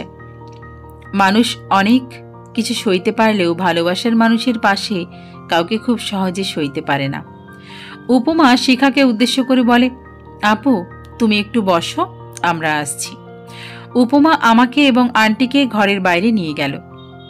ড্রয়িং রুমে এসে দাঁড়ালো। উপমার এরূপ কাজের কোনো মানেই বুঝলাম না। কি হলো উপমা, এভাবে এখানে নিয়ে এলে কেন? বলছি। আচ্ছা আন্টি, আপনি বলেন তো, শিখা আপুর জন্য ছেলে দেখেছেন? আন্টি উপমার কথায় একটা দীর্ঘশ্বাস ছাড়ল। এসেছিল দুটো সম্বন্ধ, কিন্তু ভাঙা পা দেখে মুখ ফিরিয়ে নিয়েছে। আর তাছাড়া আমিও চাই না আর কোথাও বিয়ে দিতে। এমনিতেই মেয়েটা আমার মৃত্যুর সঙ্গে লড়াই করছে প্রতিনিয়ত। তার উপর যদি ওকে আবার বিয়ে দিই, সেখানে যে ওকে কষ্ট দেবে না তার কোনো নিশ্চয়তা নেই মা। আন্টি, আমি একটা সিদ্ধান্ত নিয়েছি। যদি আপনার আপত্তি না থাকে তাহলে বলতে পারি। হ্যাঁ বলো। আমি আসলে চাচ্ছি আমি আর শিখা আপু একসঙ্গে থাকতে। উপমার কথা শুনে আন্টি এবং আমি দুজনেই অবাক হই। একসঙ্গে থাকতে মানে হচ্ছে মুগ্ধ শিখা আপুকে বিয়ে করবে। উপমার কথা শুনে আমার মাথা ভনভন করে ঘুরতে শুরু করে। উপমাকে আমার দিকে ঘুরিয়ে নিয়ে বললাম, উপমা তোমার মাথা ঠিক আছে? এসব কি আবল তাবল বকছো? শিখাকে বিয়ে করলে তুমি কোথায় যাবে? তোমার মাথায় কি সমস্যা আছে? আমি কখন বললাম কোথাও যাব? বলেছি একসঙ্গে থাকবো। আর যেই মানুষটা শুধুমাত্র তোমার জন্য নিজের জীবনটা শেষ করে দিল, তাকে বিয়ে করতে তোমাকে হবেই। আমি এখনো শিখা আপুর চোখে তোমার জন্য ভালোবাসা দেখেছি। কিন্তু উপমা, কোনো কিন্তু নয়। যেখানে আমার আপত্তি নেই সেখানে তুমি আপত্তি কেন করছো? আন্টি, আপনার কি আপত্তি আছে? আন্টি একটা হাসি দেয়। আমি জানি মুগ্ধ অনেক ভালো একটা ছেলে, ওর কাছে গেলে আমার মেয়েটা অনেক ভালো থাকবে। কিন্তু আমি জেনে শুনে তোমাদের সংসারটা কিভাবে নষ্ট হয়ে যেতে দিতে পারি না। আন্টি, আপনি একদম চিন্তা করবেন না। আমরা দুই বোন মিলেমিশে থাকব। একটুকু বিশ্বাস আপনি আমার উপর রাখুন। স্বামীর ভাগ যখন দিতে পারছি, তখন মিলেমিশেও থাকতে পারবো। আর বাকি রইল মুগ্ধ, ওর কথার ধার ধারে কে? বেশি তাড়ামি করলে সোজা হাজতে ঢুকিয়ে দেব। বাহ, পরিস্থিতি যেমনই হোক, উপমার ফাপড়ের ঠেলায় হাসি আসতে বাধ্য। শিখার দেখাশোনা করবে কে তাহলে? তাদের কথার মাঝে আমি প্রশ্নটি করলাম। উপমা স্বাভাবিকভাবে উত্তর দিল, আমি? হ্যাঁ, চাকরি ছেড়ে দেব। ছোটবেলা থেকেই তো একাকিত্বের সময় পার করেছি। এখন থেকে না হয় শিখা আপুর সাথে সময় কাটালাম। তুমি যত কিছুই বলো না কেন, আমি কোনো কথা শুনছি না। আজ তোমার জন্য শিখা আপুর এই অবস্থা। ভালোবাসো, অথচ মুখ আর চোখের পানি দেখে তার মনের অবস্থা বুঝো না। আমি আর বলার মতো কিছু খুঁজে পাচ্ছিলাম না, তাই চুপ করে রইলাম। উপমা তো ঠিকই বলেছে। সেদিন যদি শিখার মনের অবস্থাটা বুঝতাম, তাহলে আজ হয়তো এই দিনটি দেখতে হতো না। আমি ভাবতেই পারিনি উপমা এমন একটা সারপ্রাইজ দেবে। আমি তো দ্বিতীয় বিয়ের কথা মাথাতেই আনতে পারিনি। আর সেখানে উপমা নিজেই জোর করছে আমাকে। অগত্যা শিখার সাথে আমার বিয়ে হয়। উপমা নিজে দাঁড়িয়ে থেকে আমাদের বিয়ে দেয়। মেয়েটা বড় অদ্ভুত, সব সময় মানুষের কথাই ভাবে। লোক খুব কম ছিল, শিখার মা বাবা আর আমার মা বাবা। উপমা অনেক কষ্টে তার বাবাকে রাজি করিয়েছে। আশ্চর্যের বিষয় হলো, আমাদের বিয়ের সময় উপমার মুখে হাসি লেগেছিল। এক মুহূর্তের জন্য মুখটাকে মলিন করেনি। শিখাও বিয়েতে রাজি ছিল না, কিন্তু উপমার পাগলামির কারণে সেও রাজি হয়েছে। যাক, এখন একটু হলেও নিজের ভুলের বোঝা কমে গেল। আমাদের বেডরুমেই শিখাকে নিয়ে গেছে উপমা। শিখা হাঁটতে পারে না, ওকে ধরে হাঁটাতে হয়। আজও একটা বিরিয়ানির প্যাকেট সঙ্গে করে নিয়ে ঢুকলাম। শিখা আর উপমা দুজনকেই খাইয়ে দিলাম। শিখাকে ধরে বসে আছে উপমা। শোনো আপু, আমি যেমন অধিকার খাটাই মুগ্ধর উপর, ঠিক তেমনি অধিকার তুমিও খাটাবে। কখনো এতটুকুও কম বেশি করবে না। দুজন ওকে সমানভাবে ভালোবাসবো। আমাকে কখনো সতীন ভাববে না, ভাববে মায়ের পেটের বোন। না হলে খবর আছে বলে দিলাম। আর এই যে মিস্টার, আপনিও আমাদের দুই বোনকে সমানভাবে ভালোবাসা দেবেন। উত্তরস্বরূপ একটা মুচকি হাসি দিলাম। সত্যি তোমার তুলনা হয় না উপমা। শিখা উপমার কপাল টেনে সুন্দর করে শব্দ করে একটা চুমু দেয়। ছোটবেলায় মাকে বলতাম, মা, আমার একটা ভাই বা বোন নেই কেন? বড় আফসোস হতো অন্যান্য ভাই বোনের খুনসুটি দেখে। তবে আজ আমি একটা বোন পেলাম। ওদের দেখে সত্যি আনন্দে আমার মনটা ভরে ওঠে। কত তাড়াতাড়ি নিজেদের আপন করে নিল। আমি তাদের পাশে বসলাম। প্রথমে শিখাকে কাছে টেনে নিলাম। যখন শিখাকে কাছে টেনে নিলাম তখন উপমা উঠে যাচ্ছিল। উপমাকেও কাছে টেনে নিলাম। শিখার কপালে ছোট্ট একটা ভালোবাসার পরশ দিয়ে উপমার দিকে তাকালাম। কোথায় যাও? আজ আপুকে সময় দাও, আমি পাশের রুমেই আছি। উপমার কপালেও একটা আদর দিলাম। কোথাও যাওয়া হচ্ছে না, তুমি শিখার সাথে ঘুমাও। শিখা এখন অসুস্থ, আমি সোফায় ঘুমাচ্ছি। না, কেউ আলাদা থাকবে না, সবাই একসাথে ঘুমোবো। শিখার কথায় উপমা আর কিছু বলল না। তিনজন শুয়ে পড়লাম। পরদিন সকালে অফিসে যায়নি বলে স্যার কল দিল। সালাম বিনিময় করে জিজ্ঞেস করে, কি ব্যাপার, তুমি ডিউটিতে আসোনি কেন? স্যার, আসলে আজ আসতে পারবো না। কেন? বিয়ে করেছি তাই। কি, তুমি আবার বিয়ে করেছো? এত বড় সাহস উপমাকে ছেড়ে? আরে স্যার, রাগ করবেন না, উপমা নিজে দাঁড়িয়ে থেকেই আমাদের বিয়ে দিয়েছে। বাহ, তোমারই কপাল, আমার বউটাই আর বুঝলো না। সুখে থাকো ভাই। কল কেটে গেল। স্যারের জ্বলছে। কয়েকদিন পর দুই বউকে নিয়ে ওমরাও করতে চাই।